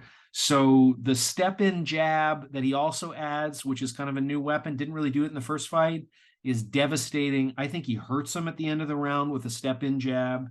But Fury is looking very dominant. And in the second, it's not much different. Fury's jab is just earning more respect. And another right hand from Deontay. Well, I mean, let me hear your second round. How did you see it change there? My notes were in the first, toward the end, I just said Fury has Wilder measured and figured out in the first round. And then in the second, I said that Wilder was backing up a whole lot of the round. That he was still jabbing, but backing up, not really coming forward the way you would expect him to. Strong jab from Fury, more right hands, and that Wilder looked sluggish. He got clipped at the bell. And then another thing that I noted was that Fury's right hand was coming in over Wilder's shoulder, and then that seemed to be landing toward kind of his ear temple area and was really just frying him. He was just freezing him up. The way that he was turned as he was throwing it, Wilder was just freezing up. He's just getting caught, like kind of he couldn't go anywhere. And then so 2-0 for Fury pretty clearly, in my opinion. And then in round 3, more strong jabs. He was clearly throwing them with bad intentions compared to the first fight, I said. And that Wilder was backing up and really unable to get anything going offensively. And then toward the end of the round, Fury pushing Wilder around inside, muscling him in the clinch. And then Fury landed a right over Wilder's shoulder, more clinching, and then a glancing left and a kind of right behind the head or ear, put Wilder down. And he was up, but he was somewhat wobbly and immediately started looking toward the canvas and scratching, putting his feet on things like, oh, I slipped on the, canvas type of shit. Like, oh, what's down there type of thing. You see fighters do that every so often. Like, oh, I fell. Like, no, you got punched, dude. It happens. Yeah. So we got 3 rounds to zip for Tyson Fury with a 10-8 round there. Yeah, I mean, I think the second round shows us Fury utilizing his weight and strength advantage when he's leaning on Wilder, and he kind of notices there's no consequence for doing it. This is good. This is useful. Yep. Even when he's trying to gain back, even when Wilder is trying to suffocate an attack or anything like that, I can continue to make him bleed, in essence. And it's a little excessive, in my opinion. Kenny Oh, I Bayless agree. could have stepped in at any Oh moment and no, been like, "Hey, dude, come no, on." no, no But he question. doesn't. I mean, I think you're going to see in the third fight where he gets a warning for putting him in a headlock. And Ward, the first thing Ward said is, "Well, if you're going to come in low, I'm not going to let you hit me. Of course, I'm going to put you in a headlock. Like, what are you talking about?" Fury, I wouldn't classify, I wouldn't classify Fury as a dirty fighter, but he is very interested in the intangibles, not just in the lead up to a fight, but within a fight, as a way of asserting his dominance and his mental toughness over who's in front of him. And Wilder is very tough mentally. I mean, Wilder takes massive beatings in these three fights. I mean, you could argue he takes a worse beating in these three fights than what Bo took from Holyfield. And I don't know about you, but if you've seen Bo, and I've seen him in person a few times, he was not the same person by the age of 30. A He had couple of years trans- ago, he was putting out there that he'd tweet anything for $10 on PayPal. So you know what I'm saying? Like we're yeah, no, he's in a bad way, and you don't know. You hope for the best for Wilder that that's not the case, but in terms of accumulation of damage from this trilogy, you could argue it could equal or surpass what Bo took from Holyfield. Obviously, Andrew Galata helped that along with two fights that maybe offered more damage. Jesus, when you rewatch those things, they're so brutal. But yeah, Fury is way up. And I think at the end of the second round, there's a key moment where Fury lands two right hands. And Wilder looks stunned to me from one of them, maybe both of them. But the body language after that, it reminded me of what Leonard looked like after first fighting Duran, where you can see Duran watching Leonard, and Leonard's just as tough as Leonard was, tough as nails, killer. But he was psyched out. He's clearly psyched out. He admitted it later on. Like, just what is he doing? He's not supposed to be this way in the lead up to fights. He's not supposed to fight this way. What? I don't know how to deal with this. That's the feeling I get from Wilder's face at this point at the end of the round. You saw it with Foreman and Ali. Foreman had just never seen anything like that. He's not supposed to do this. Why isn't he following the script? Same thing with Tyson. You mentioned before, when a guy gets up after you land a huge shot, it can completely psych you out. Watch Tyson's face when Douglas gets up at like the count of 13 or whatever. The fight's over. The fight is just completely over, and you can just see it on Tyson's face. You're not supposed to do this. So yeah, third round, Fury comes in hard to knock out Wilder. It's the most assertive he's been in the entire 15 rounds that they fought.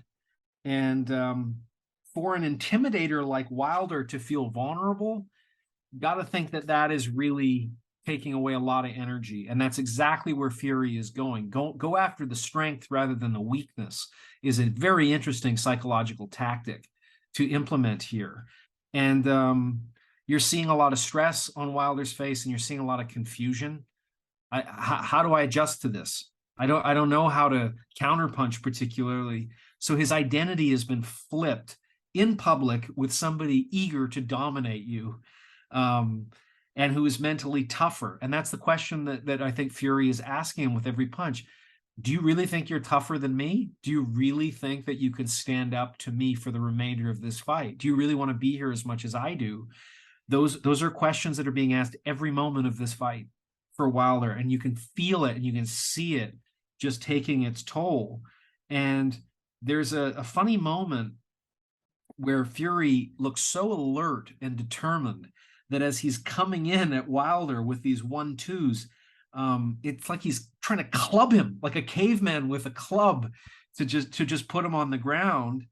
And Wilder, as you mentioned, when he gets dropped, the first impulse is to complain. There's no legitimate thing to complain about. But again, it's that I don't have the ability to be self-reliant to deal with this. I think that's very telling. And I think it's very telling that and Fury's, we're gonna have to revisit that in a minute too, yeah, unfortunately. absolutely. You're going to see the weaknesses leak out with Wilder in a diluted way.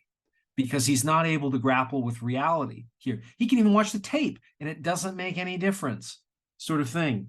So the frustration on his face when he is knocked down, it's immediate frustration, complaining, bitching about what's happened, to blank. He's back to using energy to cover how shitty he's feeling. We can't, no more backstage pass to the anxiety and stress that I'm dealing with. And Fury just glares at him, and like as they pass each other on the way to their respective corners, it's a wonderful moment. But I think you have something established in terms of it's Yeah. Fury's fight to lose, and you Yeah. can feel that, Fury knows not just this fight, but I own you. I own you. If we're ever fighting, you cannot defeat me. Very Ali kind of thing that he was able to psychologically implant in opponents. I don't care what everybody else says or what your trainer says. You must believe my version of this. And you can Yeah. see Fury just has it. I'm gonna push us along so we don't run out of time. Sure. But one thing I did say in round 4, immediately after that knockdown, my first note was, would be great to hear Wilder's corner give instructions, but I won't say their names, are screaming over them. Literally, one of the commentators was going, his eye's bleeding, his ear is bleeding, there's blood coming out of his ear. And it's like, I want to hear what they're saying. Shut the fuck up. What the fuck it was awful. It was terrible. Anyway, going into round 4, it was similar, except for one thing that I think that Fury had achieved with those right hands was it seemed like he probably busted Wilder's eardrum, because from that point on, from that knockdown on, Wilder's balance was even worse. It wasn't just bad balance, it was he couldn't keep his balance. Like he No, was, doing this shit like every time he hit the ropes, like anytime he's he took a grabbing the ropes. He's trying to hold on to the rope. yeah, Yeah. at one point he got to the ropes and was sitting there holding the ropes, and it's like Yeah. He needs a cane. it looked bad. And so round 4, clearly Tyson Fury, there's no slowing down. He's already got this well in hand and understands that this is his fight to lose, like you said. Yeah, and the fifth round, I mean, still have it 4-0 easily, Fury. Fifth round, Fury lands that Lewis Rahman combo. Again, that beautiful left, and then a wide right immediately after the bell. I thought Kenny Bayless is kind of interrupting the flow of them in a way that is a little weird. He's really become a bad ref, dude. I'm sorry. Yeah, it's bizarre. Fury's deadly on the inside. I don't know how you're deadly on the inside with an 85-inch reach. It's a real testament to his training.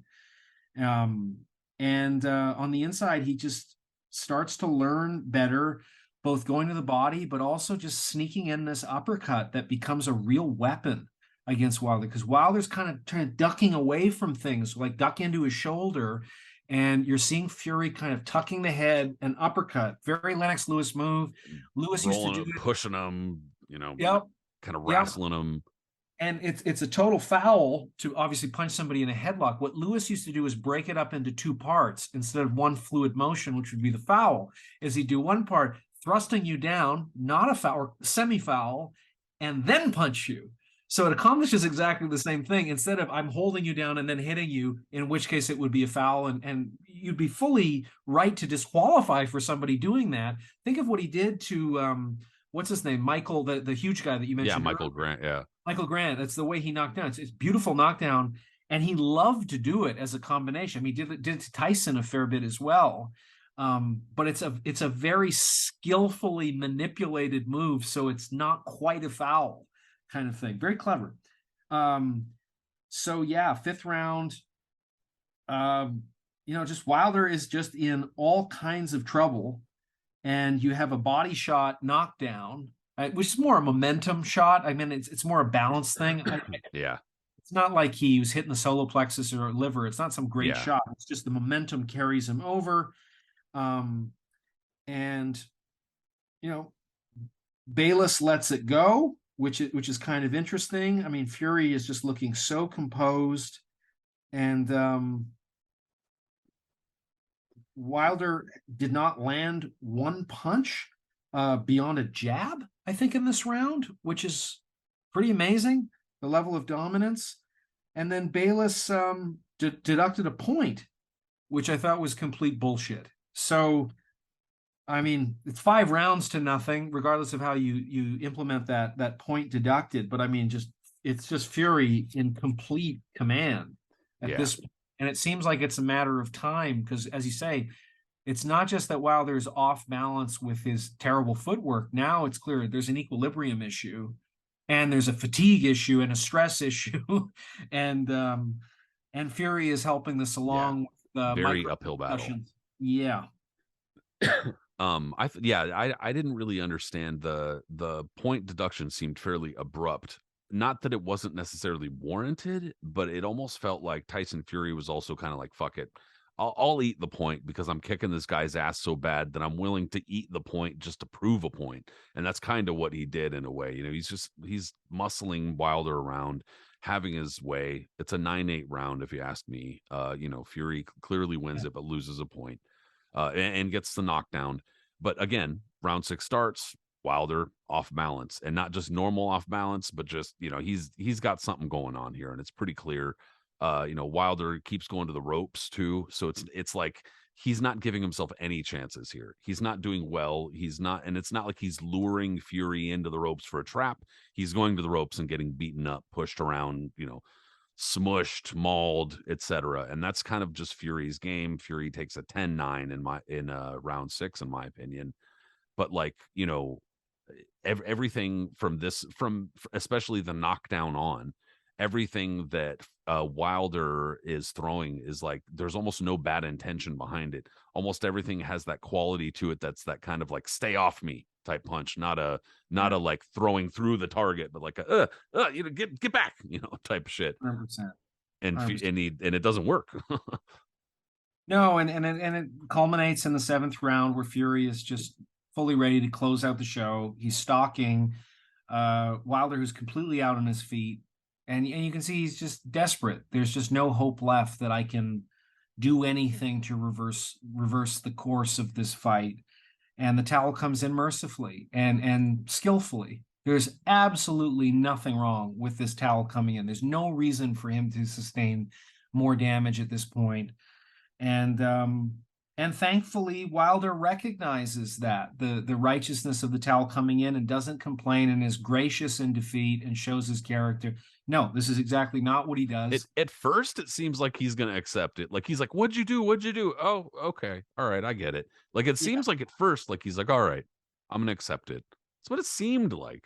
yeah, for a split second. But then after the fight, he Yeah, blames no, Breland, fires Breland, um, claims that Breland, with absolutely no evidence, spiked his water bottle. Not sure why you do that when you're making a percentage of the success of your fighter. And does he have any track record of anything contentious being Panama Lewis or something, except Panama Lewis against his own guy, which is not any trainer that we've ever heard of, sabotaging their fighter? Okay. Somehow Tyson Fury was scratching his ears. Scratching his ears. Okay. The Black History Month Skeletor Eyes Wide Shut costume, that he's a martyr for Black History Month in doing that. It wasn't an error in judgment or a kind of tactical mistake there. It's just he's standing up for something much bigger than yeah, himself, he willing did to. that for you. He did that for you. Tyson Fury had an egg-shaped weight in his glove, which was never found. But okay. And the last one is that Tyson Fury cast a gypsy curse against him, which accounted for his fatigue. Um, so these are all fascinating, but I think it's really egregious. The only thing I'm going to really dwell on, because we've got 15 more minutes here, is just Mark Breland has one of the most impeccable reputations in the entire sport. And it's one of the most decent, kind people, as evidenced by what he did at the end of this fight. And to throw him under the bus that way It's is pretty really icky. is really fucking disgusting. Yeah, And I don't know. I think the ego of Wilder is just kind of a fragile thing. And that's what you're seeing. yeah. And so we get a third fight, October 3rd, 2021. And Fury comes in even heavier, 277. Wilder's 238. They're now 33 and 35 years old. And Fury finally is the favorite. You've had a lot of stuff in the heavyweight division that's been interesting, that's unfolded in terms of Joshua losing to Ruiz. I mean, closest the heavyweight division has had to Tyson Douglas, arguably. Usyk has entered the fray. And I don't know. It's a weird place for the sport to be in, because you had a time where there were these three guys with Joshua, Fury, and Wilder who were all undefeated. You thought it could be like the '90s all over again in terms of just so many great fights to happen between these guys, but it's unfolded the way it has with some unexpected turns, and now it's sort of I think it's kind of eroding all of their legacies in a way, in terms of we thought their ceiling was much higher than they actually turned out to be, and there are some sort of fugazis in the group, and I think Wilder And not showed. only that, but we had to find that out against lesser fighters, and not even against each other. God damn it. Yeah, absolutely right, absolutely right. So yeah, I mean, the beginning of this fight, it's hilarious to watch. You have Fury. I'm not saying I advocate this, but it is kind of funny to watch. But it's just saying over and over again to Wilder, bitch ass. He's just calling him out. You can hear it as you watch the fight. And Wilder looks a little spooked by it. Wilder still, you can see like this isn't the most fun place for him to come back to. He's not showing up in this way as Roy Jones did against Montel Griffin in the second fight. Lewis did against Rahman. Or, the way some guys come back after a defeat and they're better for it. Ali was the same way. This is why there's a ledger in Tuscaloosa in the gym where Wilder trains, where you see very brief heavyweight champions and ones with real legacies. And he put himself in the category of legacy before the first Fury fight. I took a picture of it in the gym. And he said, that's where we're going to be, with Holmes, with Ali, with all those people. I thought, little premature. It's sort of like a restaurant asking Aim for high, they provide Aim any high. service. No, but it's like it's a bribe rather than a tip. If I don't know how well you're going to serve me, how do I guess what I should tip you? So he fell into a bit of that. And I mean, how did you see the first round unfold? Let's go through it fast. Well, I had to somewhat quickly mute this too, because I had to just laugh, dude. I had to. I'm not trying to be Mr. fucking connoisseur here, but I had to laugh because almost one of the very first comments out of the mouth of both Andre Ward and Brian Kenny in round one was, "Oh wow, Wilder's jabbing to the body. He hasn't started the fight out like that before." And I'm looking at my notes, and both fight 1 and 2 say Wilder jabbing to the body, and I'm like, you fucking jerks. So I muted it pretty quickly, because that type of stuff just starts getting in my head, and then I start listening to him, and I'm like, you know what, I just want to watch the fight. And perhaps it was my own bias for doing that, but I actually thought that rounds 1 and 2, Deontay Wilder did far better than I remembered him doing watching it live. And that his jab, he was committing to it in a different way. He was jabbing, it looked like he was jabbing with purpose and not just trying to look for his right hand, although he was looking for his right hand. He's always looking for his right hand. That's his punch. But nonetheless, he wasn't just blindly throwing it like an idiot. Like, he wasn't just cocking it and going, let's let her rip. He seemed like he was a little bit more controlled to me. And so I actually gave him both of the first 2 rounds. However, I also noted that they were both close rounds, that they were competitive rounds.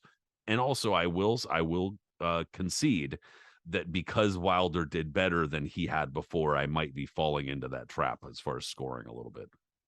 Yeah, sort of like Sylvester Stallone in Copland deserves an Oscar because he's not absolutely as terrible as he's assumed as an actor. Yeah, he's not just going, oh.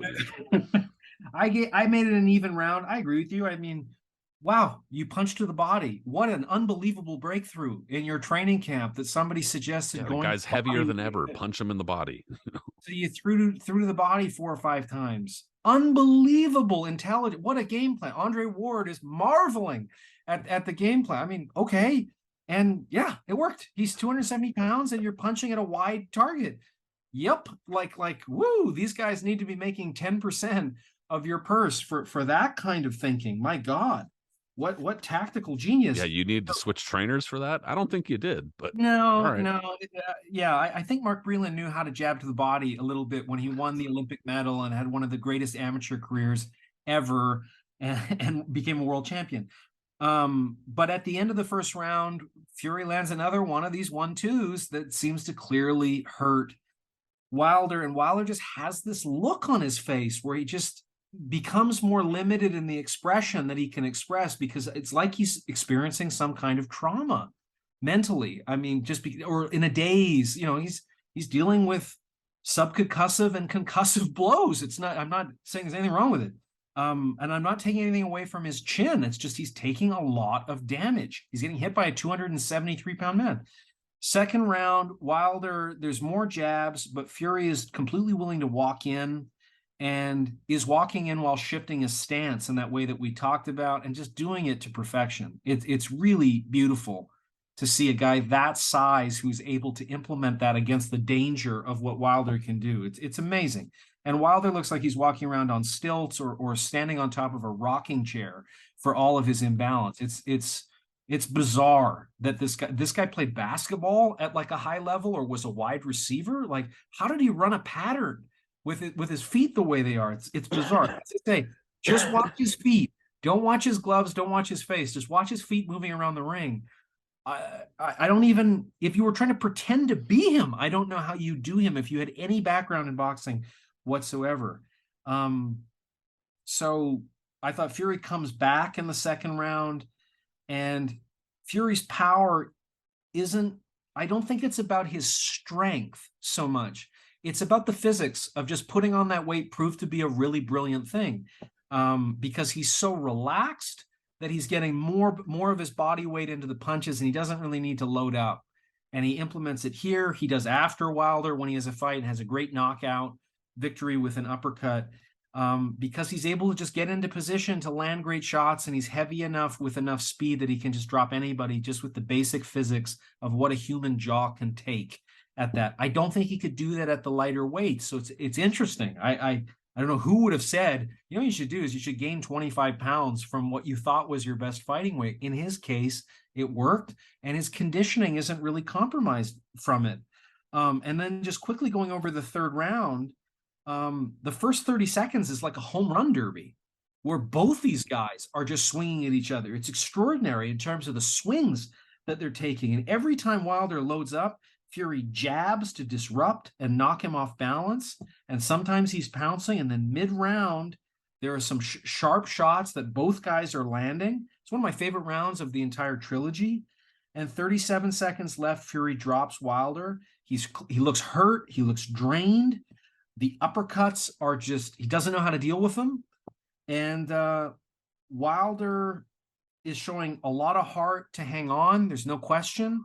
I think it's a huge element of what makes this trilogy so memorable for people, is that he deserves credit for the heart that he shows. But as you look at the source of hope that he has, that he can get some kind of redemption in this fight, it is just losing. Yeah. It looks to be fading quickly, especially because the knockdown that Fury scores in round 3, kind of like I was saying earlier, Deontay Wilder's getting frozen up, kind of like the way that he's standing, and then he goes down like stiff, like on this knockdown, and it looks like, oh no, that it can't be, he's not going to be able to go. So it looks like, the end is really coming quickly. But also he seemed like he was doing fairly well before he ate the shots and went down. But that's how it goes. That's kind of like, the opposite with Fury. And then Yeah. so going into round 4, it's like, I got to be honest, it looks like Wilder's going down, dude. He doesn't look good. However, he does look a little less beaten up and rocked than in the other fights, where in the other fights, he had this look on his face between rounds, like, what the fuck? And in this one, he looks a little bit more like, okay, I've been here before. I don't like it, but I've been here before. But nonetheless, one of the things that's happening also in round 4 is Russell Mora steps in, and he's not allowing Tyson Fury to maul nearly as much. He's kind of Yeah. forcing them out of clinches, making them fight. And then round 4 is kind of like when shit breaks out, dude. Round 4, all of a sudden, you know, Tyson or Deontay Wilder lands a really effortless right hand. That's just like he's not reaching back. He's not It's just kind of a boop, you know, a quick little right hand that Tyson Fury absorbs and goes down, and it's deja vu. Here we go again. Oh shit, you know, Deontay Wilder just needs to land, and it looks all of a sudden like he might be within reach of pulling this out. You know, Tyson Fury looks actually kind of dazed from this knockdown. He gets up and he's like, "Whoa." You know, that I think the element of surprise really got to him with this knockdown. He gets up, fights back, but then again, Deontay Wilder lands, and the way that he's getting these knockdowns is just such a stark reminder of how dangerous he is on the turn of a dime, dude. Deontay Wilder 10-7 in round 4 out of nowhere. Out of nowhere, and it looks like he's just has a rocket launcher on his shoulder that just shoots this thing out. It's amazing because it, as I say, even when you're watching him do it sparring, there's just nothing else that he does that doesn't look awful. And then this thing comes out as one of the great things you've ever seen, ever being around boxing in your life. And he possesses these two extremes. It's so bizarre. I don't know. How. Yeah, exactly. And you know, you have this delayed fall of Fury. I mean, he's dinged, but he's up in game. And I just know from, you know, when fighters are looking at another guy, they're trying to ascertain, I need to break your will in order to just bolster my own insecurity about where this might go. You know, you're worried about all kinds of things that have happened. You've seen all kinds of terrible things happen to you in sparring and fights you've had and all that kind of thing. I need to focus on the opponent in front of me, that I'm eroding their willpower and determination to be here. That is just not happening with Fury's face. You just never see him give up for a second. He's never flinching. And it's fascinating that he could, you know, after all of that success, then to be caught, and he gets up and it's like, okay, my equilibrium is a little shot, and Wilder comes in wild to close. But there's even a moment where Fury counters once with a big shot, and then he gets hit and goes down again, gets up, bell tolls, and Wilder has this great moment where he winks at him. That's as far as he goes. It's like the only understated thing that I've ever seen Wilder do ever that I'm kind of like, that was awesome, is just a little wink. Fuck you. I'm still here. It's like the one like effective, intimidating gesture to do. It's a magical little moment. I'd never seen it before. This little wink he does just as he goes off to his corner. 5th and 6th round, Wilder is coming in throwing bombs within the first 30 seconds. Fury is really regained his composure. He's jabbing. He's beginning to turn the jabs into hooks that are landing and clearly hurting Wilder.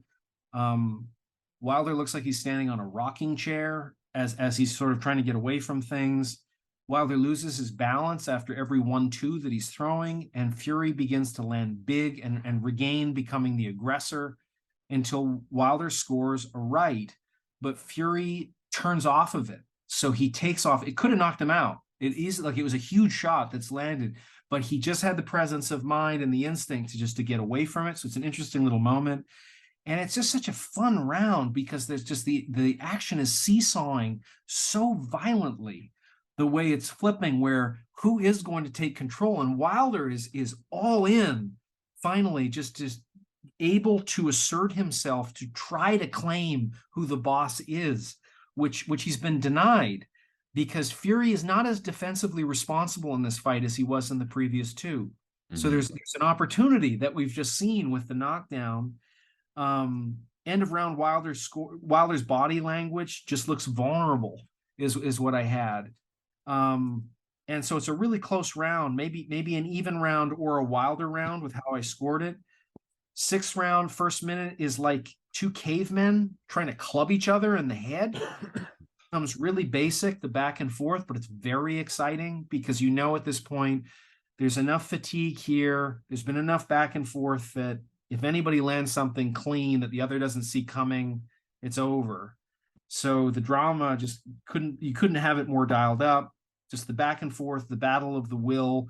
Fury is throwing more. He's boxing more. Has the longer reach, but Wilder's right hand clearly is more deadly as an equalizer, but it's also more draining for him to throw. So it's the fascinating round, and it ends on the ropes with a clinch, and Fury is just continuing to press. But at this point, I almost have the fight even in terms of rounds. So Yeah, yeah, and I had at the end of round 6, Wilder's walking to his corner, his mouth is bleeding, and Fury ended the round apparently thinking that he had Wilder hurt. Wilder's right eye also swelling up a little bit. So we're starting to kind of stare down the barrel of Wilder's getting beaten up here. And round 7 is really a continuation of that. I actually scored round 7 10-8 for Fury because I thought that Wilder really started getting beaten up, even though Russell Mora was not allowing nearly as much rough stuff inside, which also kind of opened the door for Deontay Wilder to do better inside work than he was in the first 2 fights. Nonetheless, he started just getting pushed around, mauled, beaten up. Tyson Fury's 1-2 was really working overtime, and he couldn't miss with it. Fatigue was starting to set in for Deontay Wilder here too. That extra weight not helping him. It might be helping him with his punching power, but it's not helping him get through these long rounds and a long fight. I had round 7 10-8. yeah, me too. And Wilder just looks drunk with punishment at this point. He's just walking out like a drunk out of a bar, and it's dangerous at this point. Like you're at that point where your baseline level is drunk. And if you're a Yeah. corner, you got to think about throwing in the towel at this point. Given, Which I'm sorry to interrupt, but he made explicit. Like he like went into great detail before this third fight. He was like, my corner will get fucking shot if anybody yeah, stops this fight. They are not to stop this fight. I will die. yeah, big man, big man to go that way when you've got 8 kids and you're And at it. one is extremely special needs and Yeah, needs your, help. But yeah. nonetheless, And what do they say? What do they say? A man not willing to die for a cause, but willing to humbly live for a cause is the true measure of a man. So whew, yeah, eighth round, Wilder is backed up again. He's wobbly. He's being smothered after taking punishment all the time. Furies is pouring it on. Wilder's still trying to land, but just really just has the one shot. it's Doesn't becoming about bravery at this point. it is, and the ref is interfering in a way that is really working in his favor. I don't know what the logic is of why he's interfering, other than to sort of keep the fight going in a weird way. Yeah, you're not helping him. No, it's frustrating. Fury's just landing big shots. Wilder's hurt. He looks fatigued. Brian Kenny with his canned commentary is tremendously annoying me as I'm watching this. Um, and Fury is just finally makes Wilder miss and lands a knockout shot. Sorry, he misses a knockout shot. There's an opportunity where Wilder swings big, and Fury turns, and there's a clear opening with Wilder's hands down, and he's unable to seize the moment. It's really interesting what happens there, but yeah, just it's all Fury. And then just to get us to this kind of conclusion, why don't you just give us the ninth round and then we can close it out? Yeah, ninth round, unfortunately was not really much of a difference. Fury is mostly pushing.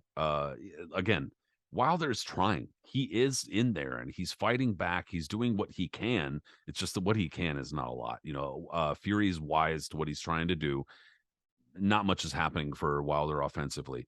I gave it a pretty clear Tyson Fury round 10-9. He's not beating the crap out of Wilder, but he's breaking him down. And Wilder is not skilled enough to dig deep or come up with some other plan or something. It's essentially just Wilder getting beaten up here. Wilder's trying, he's just not there. Yeah. Just huge heart on the part of Wilder, which is what's making just For this sure. so powerful. Because I mean, you're seeing, as was said with kind of the Thrill in Manila, that suddenly the fight becomes more important than life or death. And it's not Frazier and Ali. So like that's the other thing is it doesn't represent that. It's not white America and black America the way the first fight was, and all Vietnam and all of this backdrop. I don't know that there's any really meaningful backdrop to this fight in terms of like on a sociological level that people are caring. We're caring just because of the rivalry of two guys trying to win the championship of each other, as said with Ali and Frazier.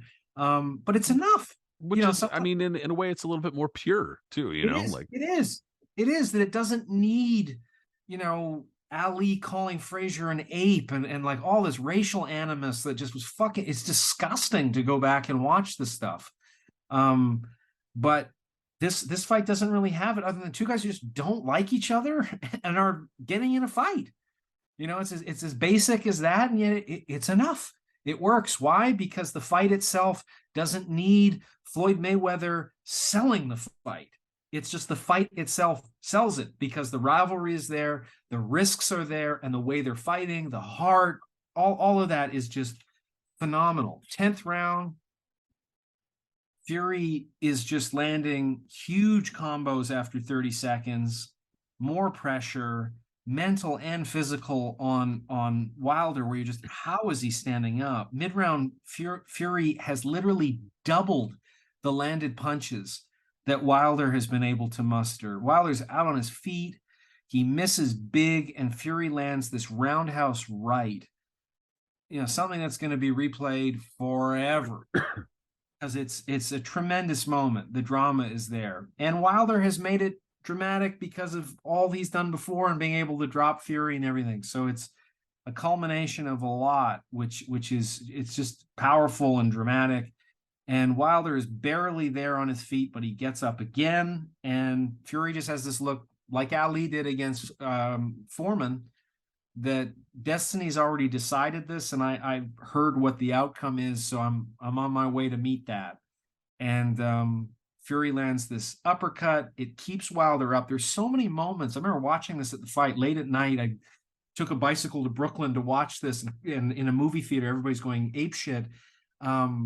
Is that there were so many times where Wilder looked like he was going to fall down, but that Fury kept him up, or the ropes kept him up. If I'm a referee, I would give him an 8 count. yeah, Like, or he was like kind of smothering his work, or he was, yeah. and Fury looked tired too. He got a little sloppy because exhaustion setting in. It's round 10. Yeah. And at the end of the 10th round, out of nowhere, Wilder rallies with some incredible shots where you thought, Jesus, he might have dropped them there. I mean, where did this come from? Sort of thing. So let's go out on the 11th round. How did you see it? So Fury rocks Wilder back, strong jab. Wilder walks into another, really hard jab out of a clinch. But at this point, Wilder's eating jabs and is like, all over the place doing this stuff from just eating jabs. He's trying to fight inside, but his legs are just gone. His legs are totally gone. Right hand from Fury on the ropes. Wilder fighting on just pure heart. I said, Fury gets Wilder to the ropes again, mauls him, lands a couple right hands, and then Wilder's kind of like pitching all over the place. Fury follows him, lands just an absolutely massive right hand that, I mean, Tyson Fury's not a big puncher. We already talked about this, but extra weight, he's stepping into it. He's being a little more aggressive in fights 2 and 3, and he knows how to get to Wilder, and he does. And I mean, I have to admit, dude, like I didn't like cry or anything like that, but it was like an emotional moment because it felt like, number one, this is the culmination of 3 fights. Number two, Wilder he was making so many excuses for himself, as you would imagine any elite athlete would, but he was making so many excuses for himself and was like, I'm gonna be willing to die.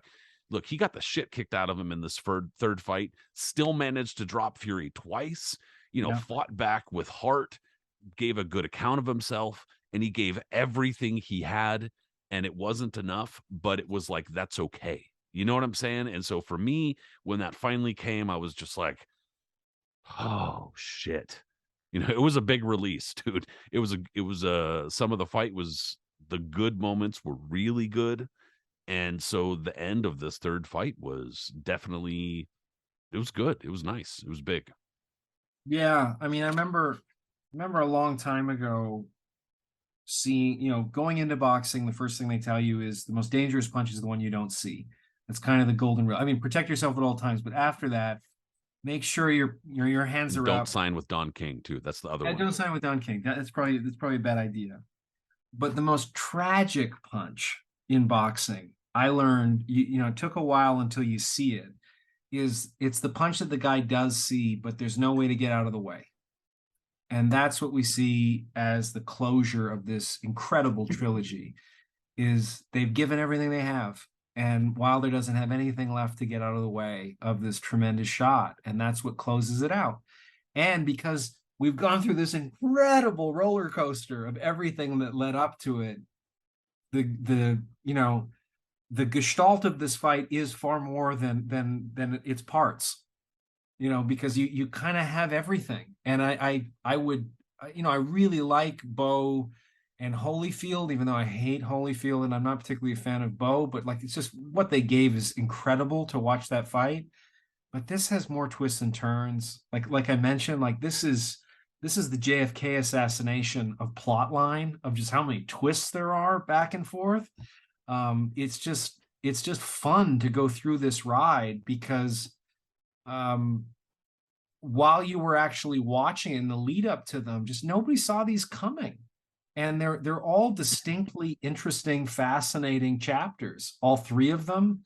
And you have, great energy and anticipation going into it with two undefeated guys. And with the ending, Wilder had amazing moments. There's many moments where it could have gone the other way, kind of thing. Even though Fury dominated the vast majority of all the rounds of the 31 rounds that they fought, or the 30 rounds that they fought rather. But it's a magical trilogy, I think, even though I'm not a big fan of either guy particularly.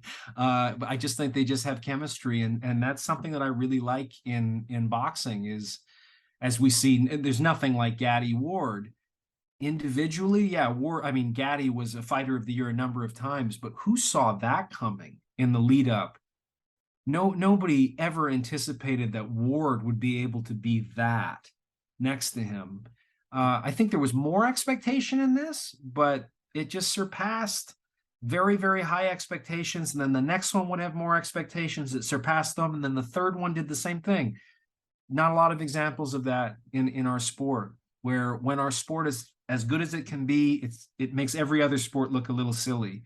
And this trilogy is one of those reasons why, I think.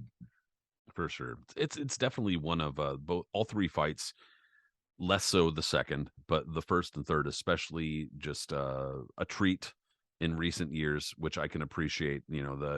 We had Ali Frazier, got the Thrilla in Manila. This one is the Trilogy in Mediocrity. Nah, I don't know. I'm trying to put something together there. It's not working. But look, dude, it was a lot of fun. I thought it was going to be a slog, kind of like Ali Frazier and whatnot. I was like, oh no, this is not. No, it wasn't that bad. It honestly wasn't that bad. There were the fun moments, made it real fun. So I appreciate you taking the time, dude, because I know there's a little bit of homework, a little bit. No, it was a fun one. It maintained a level of excitement throughout it that I don't think has been there with any of the rematches or trilogies that we've ever done. And that's what I think sustains the vitality of this as something so special.